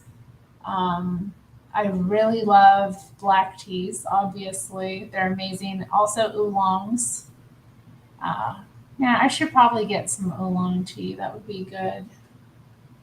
Yeah, that would be good. It is nice to drink in the summer, a nice oolong, and a lot of them you can brew several times, like the oolong teas. You brew it once, and it has that kind of like crisp flavor, and then you brew it, and it gets kind of sweeter. You can usually get it. I mean, I had one that I got like 6 brews out of, and the tea leaves just get bigger and bigger each time you brew it. I love it. Um, I love also like for green teas, I love Gen Matcha with the puffed rice in it. That green tea that has the puffed rice, it's so delicious. Like it's just something about it. And then I like Indian teas. I love a Darjeeling. Ugh. And then Assam as well. I'm not too fan. I'm not too big a fan of Lapsang Souchong, like the smoky tea. Mm-mm. Like I want to get into it. Like I appreciate it, but it's like to drink, no. And then of course the tisans, like the rooibos varieties, rooibos red teas. Obviously, it's not actual tea leaves, but the rooibos plant, it's so versatile and it makes such nice like herbal brews. We have this one like rooibos peach tea. It was the roasted rooibos with chunks of peach in it, and I would drink that with like honey and cream, and it was like the most comforting, sweet, delicious thing ever. You know what else I do? I also bubble tea. I'm a fan of bobas, and I get boba tea. I want to say frequently. It's probably like once or twice a month. It's not that frequently, but I love boba. Like love it. Love getting them iced teas with the little tapiocas or jellies in them. So good. Okay. Yeah, tea is really good for your skin. I should probably start drinking tea again. It would be helpful because I I don't drink a lot of coffee. I mean, usually I drink like 1 to 2 cups a day, but it would be nice to drink a bit less, you know. And if I were brewing my loose leaf tea, I mean, I do have a tea maker, so and a kettle. There's no reason why I couldn't just be drinking tea throughout the day instead, and it would definitely be more hydrating. So, yeah, thanks for bringing it up. I do like tea. I should go get some loose leaf tea soon. Treat myself. Now, here's the real question. What color should I paint my nails today? Because they were like this white. This was the color I did last time. I don't know if you can see. Yeah, it's got like little, it's white with the little speckles. And it looked good. But now I'm wanting something a little bit more, I don't know. Think about it. I'm looking in here, seeing what my options are.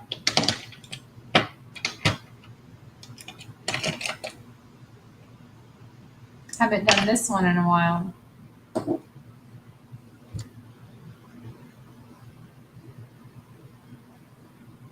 Peach nails for the summertime. I don't know if I have any real peachy colors. Let me pull out kind of like my pink and peachy colors. Yeah, I don't know that I have a peach. I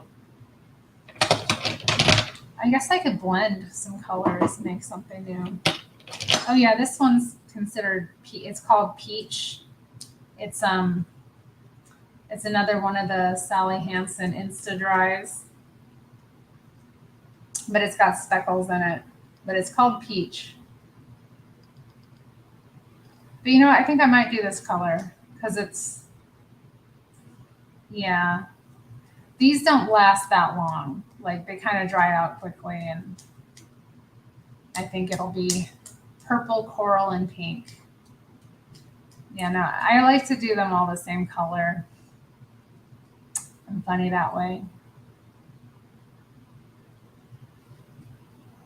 I don't know if I have any purple. Do I have any purple? I do have like, I have some blues. I do have a purple. I have a purple in the bathroom, which I'm not going to grab. I've done that like once. You know what? I'm going to paint my toenails tomorrow, so maybe I'll do it that color. Do a nice purple. Oh yeah, this was definitely the color. Because I was thinking of like a tan or a brown color, but it wasn't like, I was like, I kind of want something a little more girly. Something a little more colorful. And this is just right, and it's got a little glitter in it, not too much. Yeah, I do like this color.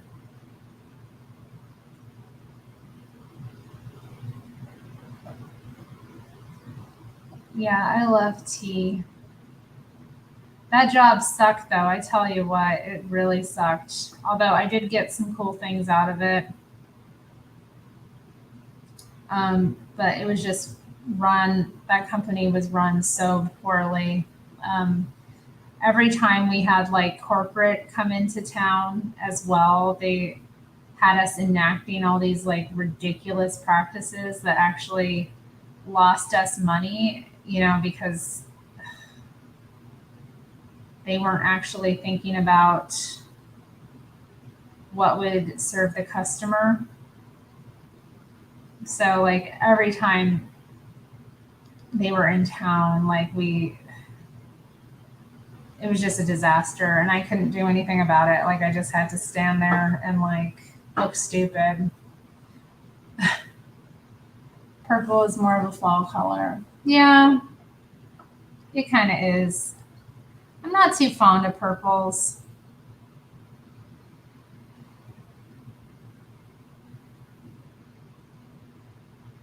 I mean, I don't look bad in purple. Like a more like a normal like medium tone purple.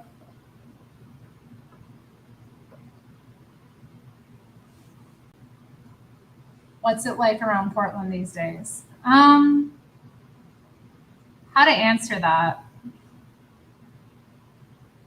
It depends on what you're looking at, you know. A lot of There's some areas that are still pretty badly affected by the pandemic. You know, areas that just have no businesses, and that's pretty scary and desolate. Those areas tend to get overrun by people who aren't up to anything good. So yeah, there's too many empty storefronts, unfortunately, and empty office buildings. Um, there's construction going on as usual. I mean, the city's always under construction. Building, new part of like the hospital on the hill, OHSU is getting built. They're working on a 5-star hotel that's going to be opening up downtown soon. I don't know, that was where the food carts used to be. So that's been we'll see what that's like. Usually when I go out, I'm almost immediately confronted with somebody who's homeless, just to be honest. Like today when I went out on my lunch break, as soon as I left my building, the first person that walked by me was like carrying like a bucket and like cans. And then I crossed the street and there was a person sleeping rough on the sidewalk. And then people across the street too, like sometimes they congregate in certain areas. It's not, there's not as much camping, like in the tents as there was. The city passed some laws against camping during the day. Like you can't camp during certain hours. So that's kind of led to the removal of a lot of the tents that were on the sidewalks. And you know me, like I have compassion for people living in these situations, but I also I need to use the sidewalk, and I can't get around a lot of this stuff. Like for people on mobility devices, I'm disabled and I'm a taxpayer. Like I want to be able to use the sidewalk, please. So I have mixed feelings about that.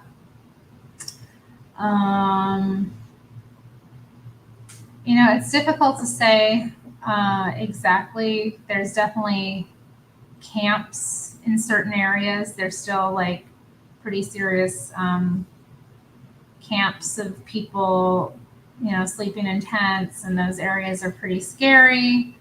But life is also going on. The markets are in swing. The things are happening. Events are happening. There's definitely like life and fun things to do in the midst of it, but there definitely still is a homeless crisis, and there definitely is a drug crisis. And I don't know what to say about the the way the city's handling it exactly, because, and this is what we voted for, right? The decriminalization of drug. It's not exactly the decriminalization of drugs. It's just, having drugs on you wouldn't necessarily be a criminal offense. So that was decriminalized, but it has led to a lot more open use of drugs. And then, of course, now we've got the different drugs that have, been hitting other places. I'm sure you all have heard of Trank at this point. That's pretty scary. I've seen people on it, and like just going about my business, going about my day. So I've seen people like just zombied out on it, and it's really frightening. And I've seen people with like the open sores from like the obvious drug abuse. So that kind of thing scares me. And I guess they're looking at more quote unquote harm reduction measures, which are just like giving people safer ways to use drugs, and I don't know if, obviously, like these kind of measures are great, but they need to be put in place with like actual programs that are about rehabilitation and also about, transitional, like getting people to transition into normal living. But the reality is a lot of these people, are so far gone. Like they've been out on the streets for so long. Getting into a shelter doesn't feel safer to them, and it isn't necessarily like a safer situation. And they don't know how to live like normally, and they don't want to, there's a level of autonomy and freedom. It's a complicated situation. So I don't know what to say about it. I know that it frightens me. I know that the resources aren't really being allocated in the right ways. I know that it seems like the city never has any money as well. Like, I don't know what to say about that, but like, there's so many things that are on the back burner. There's so many like different projects that are supposed to be like being worked on in the city, different like buildings that they need to renovate, and like it's just not getting done because the city's like, we don't have the funds. And I'm like, where's the money? What is it getting pumped into? Like, I honestly think there's a great level of corruption in the city government. Just put that out there. I mean, that's the case in most cities, right? That it's a mixed bag. Portland is a beautiful city. It's got a lot of heart and it's got a lot of character, but it's also kind of gritty, and it's a rough place, and it's so it's stressful sometimes. I mean, I'm not bothered by anyone usually when I go out, but I have gotten more like conscious, especially being like more visibly disabled. I used to be fearless, when I was younger. I just go out like, and now I'm getting more conscious of the fact that like, I don't go out unless I have to, at least, at certain times. I do go out. I mean, I go out, but like, and I'm not afraid, I don't feel unsafe because, where I live isn't unsafe and it's pretty well lit and all of that, but, and pretty well populated. But I do feel like there's just, you never know what kind of random things you're going to encounter. Hey! Knock it off. You are not going outside. And then, of course, my cat always wants to go outside, and he's not allowed to. All right, let's move on from the Portland talk. Have I ever tried peak tea? Nope. Am I excited for the Barbie movie? Yes. Not as excited as I am for the Oppenheimer film, but yes, I am excited. Post COVID jank. I mean, yeah, I mean, the economy was tanked. All right, let's just be clear here. The economies were tanked. And if you live in like a liberal state or city, your economy was tanked even further because they kept us under lockdown way longer. So let's just be clear what that stuff was. It was economy destroying. And when you destroy the economy, you destroy people's livelihoods. And a whole lot more people ended up homeless. And a whole lot more people ended up, in desperate situations. So, like, I have mixed feelings about, all of that. But definitely, we were hit pretty bad here. And it's tough. I have mixed feelings because, like, this city gets trashed so much, and like people,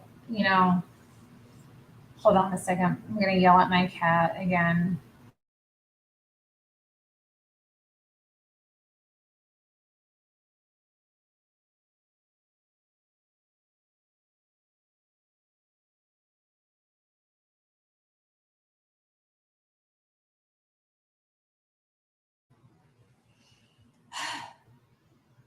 Well, here he is.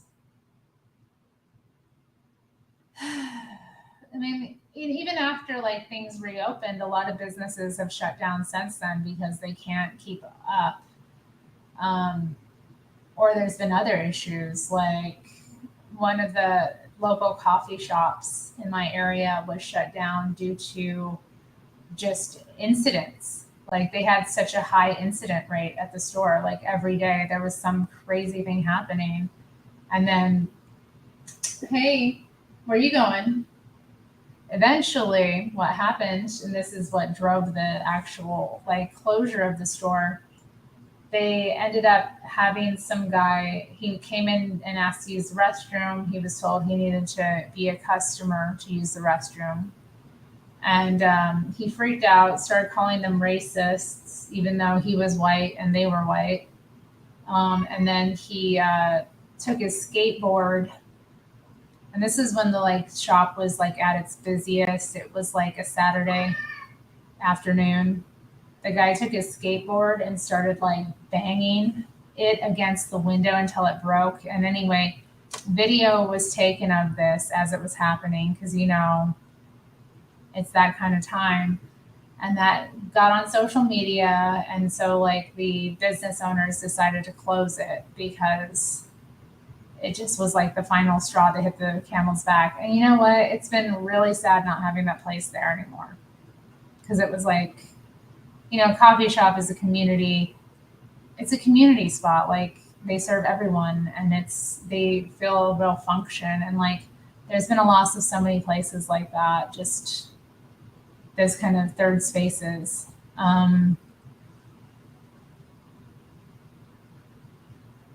Yeah, so much of that.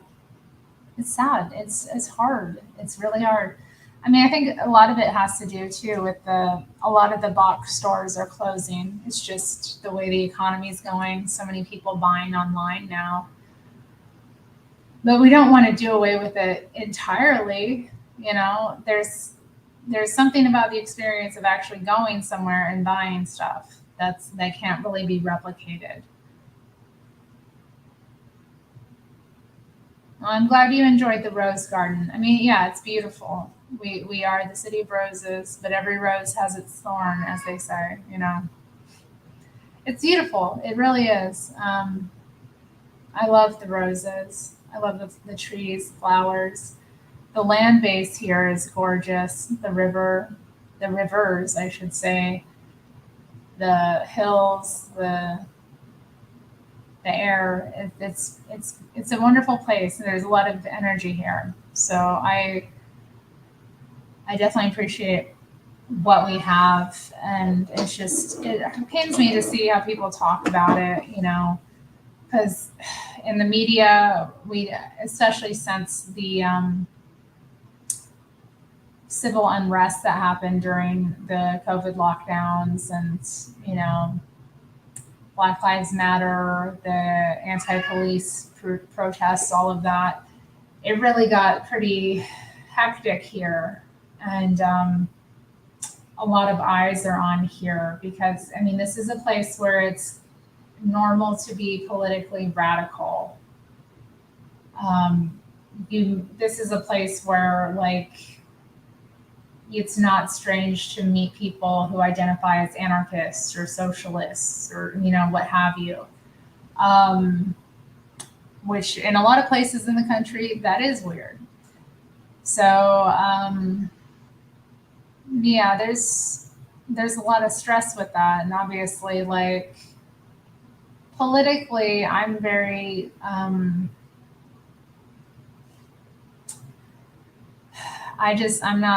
I can't identify with any of it anymore. I'm so removed, from all of it because everybody's crazy, honestly.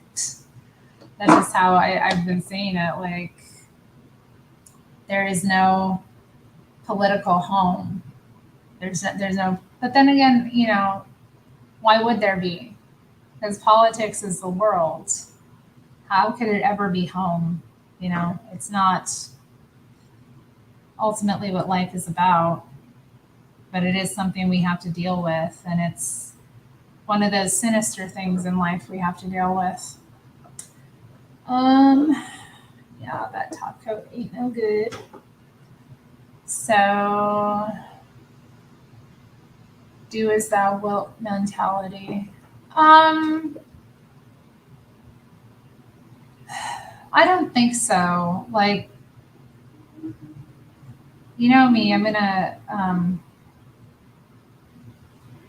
I don't think this is what Crowley meant. Because that's only part of that message. His whole message in that is, do what thou wilt shall be the whole of the law. And then it says, love is the law, love under will. Okay, so we are tasked with that to, bring about our true will in the most loving way possible.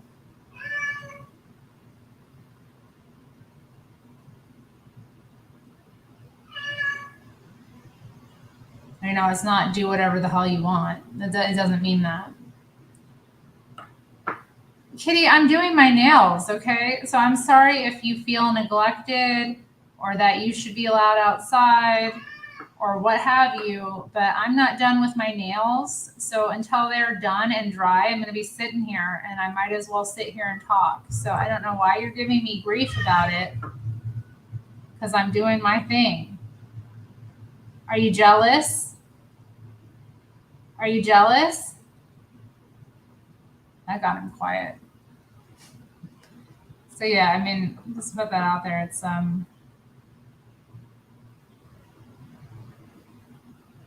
love under will.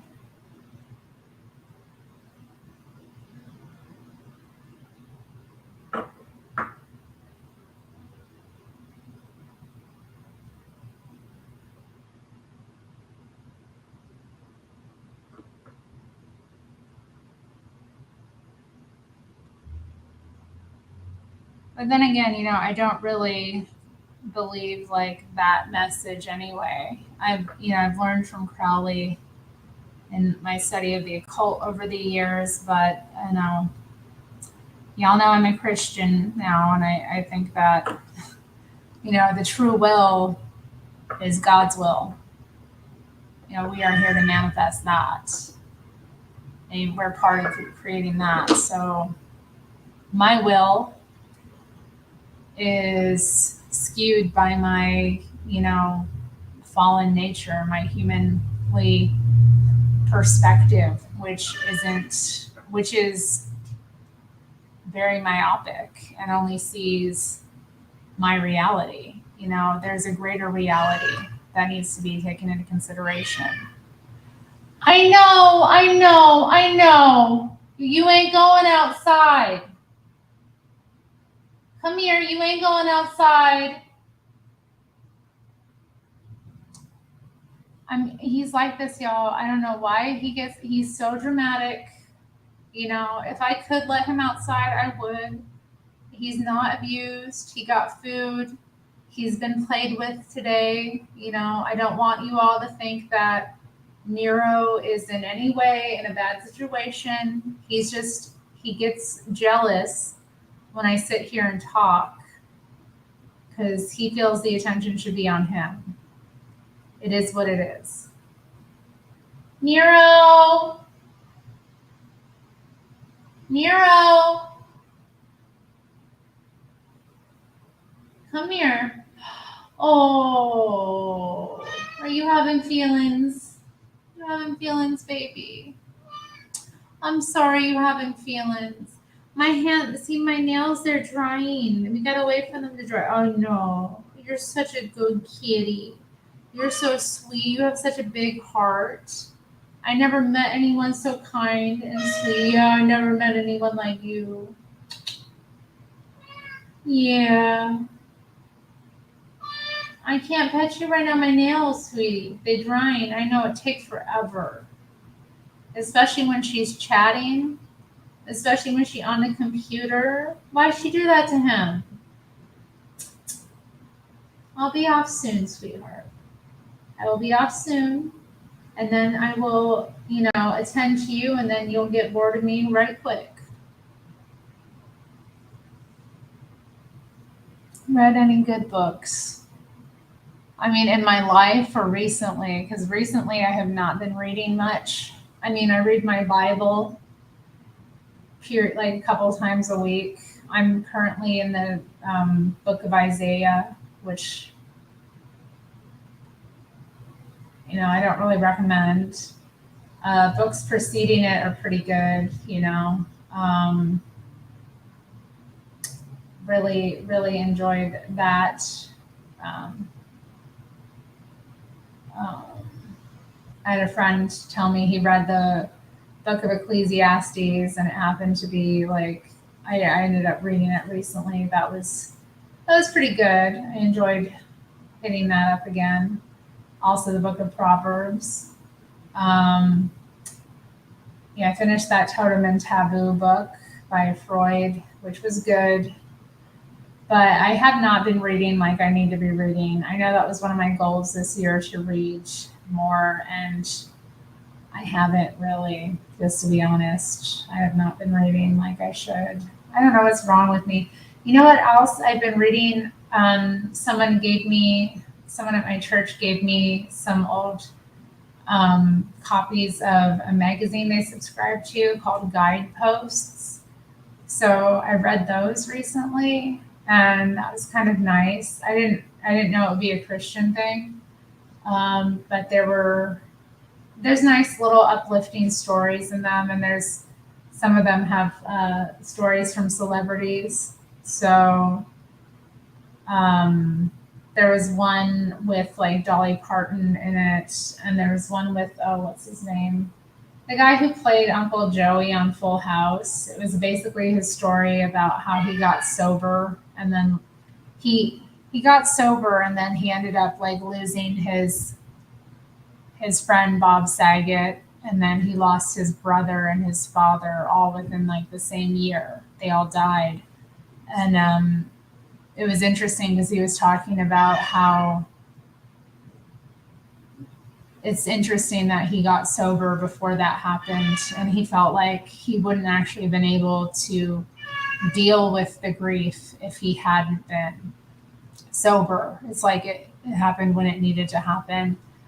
And then there was this sweet story about a lady who ended up working with goats. I love goats. I think they're so funny. I mean, animals in general are so miraculous and healing. But the story of the goat lady, I just, it humored me. I enjoyed that one. And then there was another story of a lady who, hey, I told you, you are not going outside.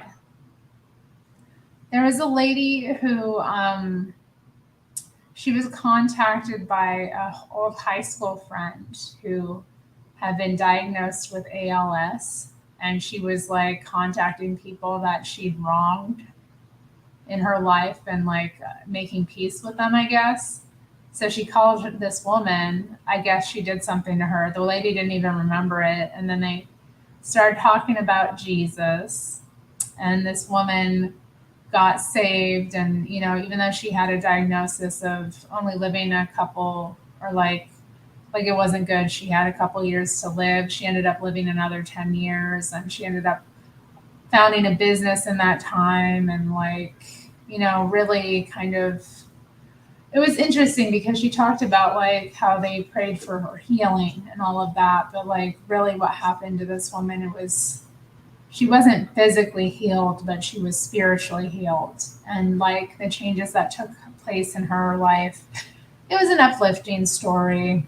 It was sweet that he, you know, gave me those magazines. He's like, oh, you know, I think they'll encourage you. And I'm like, okay, but I actually enjoyed them. So like, I like positive stuff, you know, I do. I like to hear uplifting stories of like people overcoming adversity and, you know, getting through life and having the right mentality and attitude. Like that stuff's good. But yeah, I am not reading like I should. All right, just be honest. I haven't been. So, but those are the things I've read most recently. And hopefully I will crack open another book soon and get kind of plugged in. But JM says the cat adds to the ambiance. Yeah, a screeching cat in my yeah. He's screechy. Like I feel like it's you know y'all are very nice, but it irritates me that how he goes off like that. It does. It's like come on, you know, let me pontificate here without you interjecting. And he sounds so dramatic and like so needy. Like he sounds so desperate and like all of his needs are met. He got everything he needs. There's food in his dish, you know, there's toys, but you know, he's jealous. So it is what it is.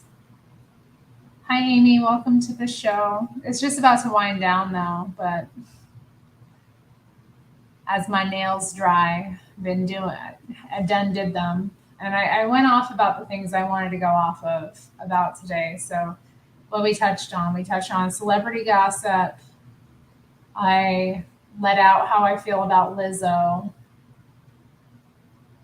I don't know if anybody here wasn't watching at that time, but I'd love to know what your thoughts are about Lizzo because I could dissect that again if anybody wants to add anything.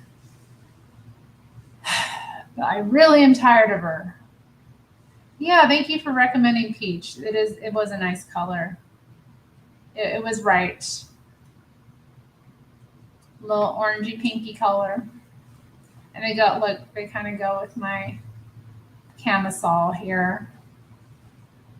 Today was a wild day. I just put on the camisole today. I was like, I'm not gonna wear a bra. I'm just gonna wear the camisole. And you know what?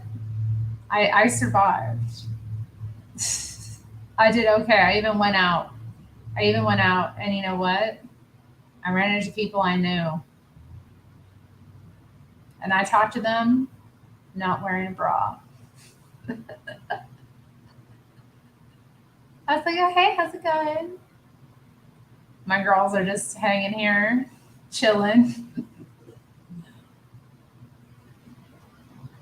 Mm. What I'd like to see in like the city of Portland, just to go back on that topic briefly,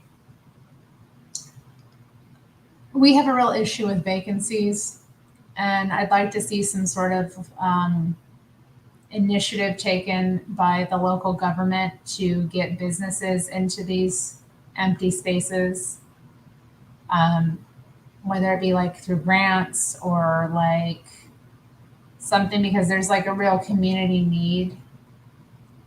And it would contribute to creating a safer space in the city overall if there was less vacancy.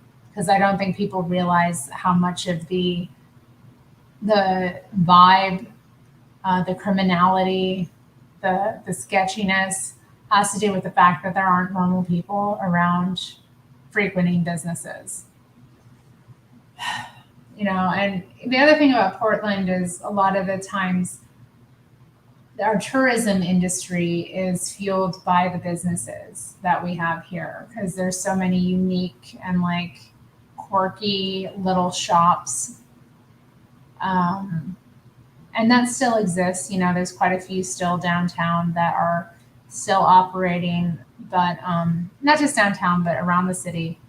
But you know what I mean? Like with all the vacancies, especially in certain areas, it would be helpful if there was some way to get like these places populated by artists or, new businesses that maybe, didn't have the high cost of being run. Like if they could have low rents or something like that, I feel like it could contribute to a situation where more of the community needs were being met. And it's like you just see these places and they've been for lease for years. And like what good does that do? What good does it do to have a space empty when it could be rented and it could be functioning? It's really disturbing to me how these places are just under lock and key and not functioning in any way. And really, what would it take to get, a business in there started and like getting the community going again? Because I think about like across the street from me, a lot of nefarious people congregate at different times. And a lot of that would be mitigated if there wasn't an empty storefront right there. Because if there was a business there and then also on the corner and then on the other corner, there wouldn't be any empty space for people to just hang out and frequent. The other thing is too, like there's an not apartment complex that's actually over there.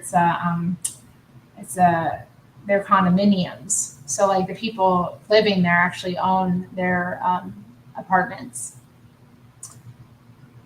And that's going to be tough there as well. Like, so if in the, the bottom, of if there were actual shops down there, it would be good, but anyway, those are just my thoughts. Vacancy isn't good for the city. It just leads to more crime, and more like idle people sitting around doing nothing. Well, that's a nice question, Allison. What are my favorite supplements or superfoods? I don't know about superfoods. I don't really eat superfoods. I mean, I do sometimes, but what is a superfood? Like I used to eat goji berries. Be like, yeah, I'm eating like this high vitamin C food. Like I think that stuff is overrated. But I do take supplements. So one thing that I really love and recommend is MSM. Methyls. I can't remember it exactly, but MSM. It is awesome. It's good for a lot of things, but it really does help with skin and hair. Like my hair has grown really, my hair was growing anyway, but I feel like those pills have helped kind of with its growth and the health of it as it's been growing out. Like it looks it's maintained a lot of luster. It's not looking bad at all. MSM is also really good for the skin. Um, and the boobs. I will say this. My boobs definitely, I wouldn't say they like went up in size, but they're definitely a lot more full since taking this supplement. I know other women have said that their breasts got bigger on it, and I feel like with me, it's not that they got bigger; it's just that they kind of got more plump, juicy, whatever you want to say. Like, I'm for it because the girls are looking like they did when I was in high school, and I've always like kind of been a little insecure about mine because I never had perky. They were never perky, okay? They still aren't perky. As soon as I hit puberty, I had jugs. It is what it is. I hit puberty and I had the body of a woman. I never had one of those cute little, like, no. I hit puberty and it was like a woman's body, and I felt like great, As I've gotten older, I've come into appreciate a woman's body more. But I have to say, the MSM has like the girls are looking good. They are looking good. Okay, they are looking as good as they can. They are looking better. They are not. I don't want to say they look better than they did when I was younger. I wouldn't say that, but they're looking good. Okay. Um, Take NMN, but I'll check out MSM. I also take obviously vitamin D3. I take 1 or 2 capsules of that daily. I take collagen powder, collagen peptides from actual like beef collagen. So I put that in my coffee every morning. Big scoop of that. Collagen peptides. I also take, what is it? Vitamin B1. Um, yeah, B1. I do take ashwagandha sometimes, not every day, but I do have tincture that I take a few times a week. Um, Sometimes in the morning, sometimes in the evening. What else? Ginseng is one I take. You know what I take as well? Something that I guess this could be a superfood is tart cherry juice, specifically tart cherry juice. It's really good for inflammation and like arthritic issues, which I have. So I recommend the tart cherry juice. It's a superfood. It's very dark. It's very sweet, or it's not very sweet. It's dark and very tart and lightly sweet. And it's not something like you drink a cup of it. Like you're not going to drink more than 8 ounces of it. You know what I mean? Because I know a lot of us, don't want to drink too much juice because the sugar content and like the calorie content. But like 1 cup of it is fine to take, and so I'll drink that several times a week. I'm looking around at my pills. Yeah, I mean that's about it. That's what I'm taking right now. Sometimes I do take arnica as well, arnica tablets for pain.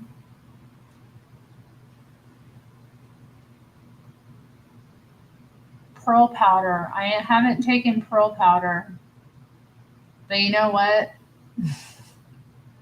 I do use I have used like moisturizers and exfoliants that have pearl in them. So I can see why taking it internally would also help. Pearls. They're just so lovely. Um, you know what? Also I take um what am I thinking of? Damiana, Damiana and ginseng. Like that's what else is in. I have a supplement that's Damiana and ginseng, and that's good for energy. So I don't take that every day. Maybe I should, but it's pretty good. So yeah, the vitamin D3, the MSM, the B1. You know what I need to start taking is vitamin C. That's one thing that I wanted to up my taking of. And when you have autoimmune issues, like they warn against it, but like honestly, I have stopped following all of that advice because like the allopathic approach to treating autoimmune diseases is just to destroy your immune system. And so the medications I was taking, I decided to go off of them last year because of just the health issues I was having. I was getting infections that were extremely difficult to fight and that were reoccurring. So I kind of came to the conclusion like I can't do this to myself anymore.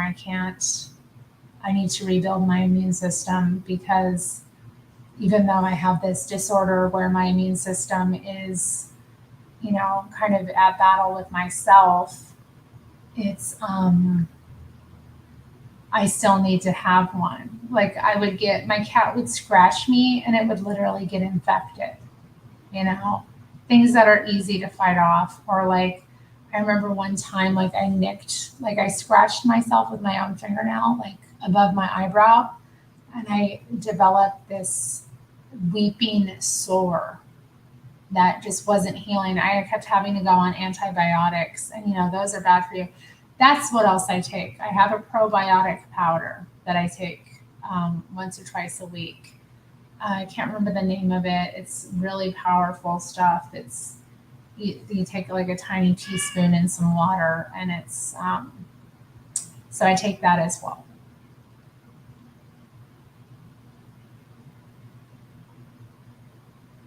A doctor I watch on YouTube recommends taking vitamin C with collagen. Yeah, I think one of the most important things is hydrating. I mean, yeah, there's no real substitute. We were talking about tea actually earlier and how hydrating it is. Mm. But anyway, I agree. You want to have a good amount of liquid throughout the day. Liquid just helps everything function. And if you don't have it, you're going to feel it. Because everything's going to be creaking and cracking. But yeah, I think this is a good time for me to go, y'all. It's late. I've been on a while. I appreciate you all showing up here, listening to me rant, hearing Nero go off in the background, and appreciate your questions and such. But it's time for me to get ready to retire to bed. So I hope you all have a good rest of your evening or day, wherever you are, and I'll see you another time. Bye.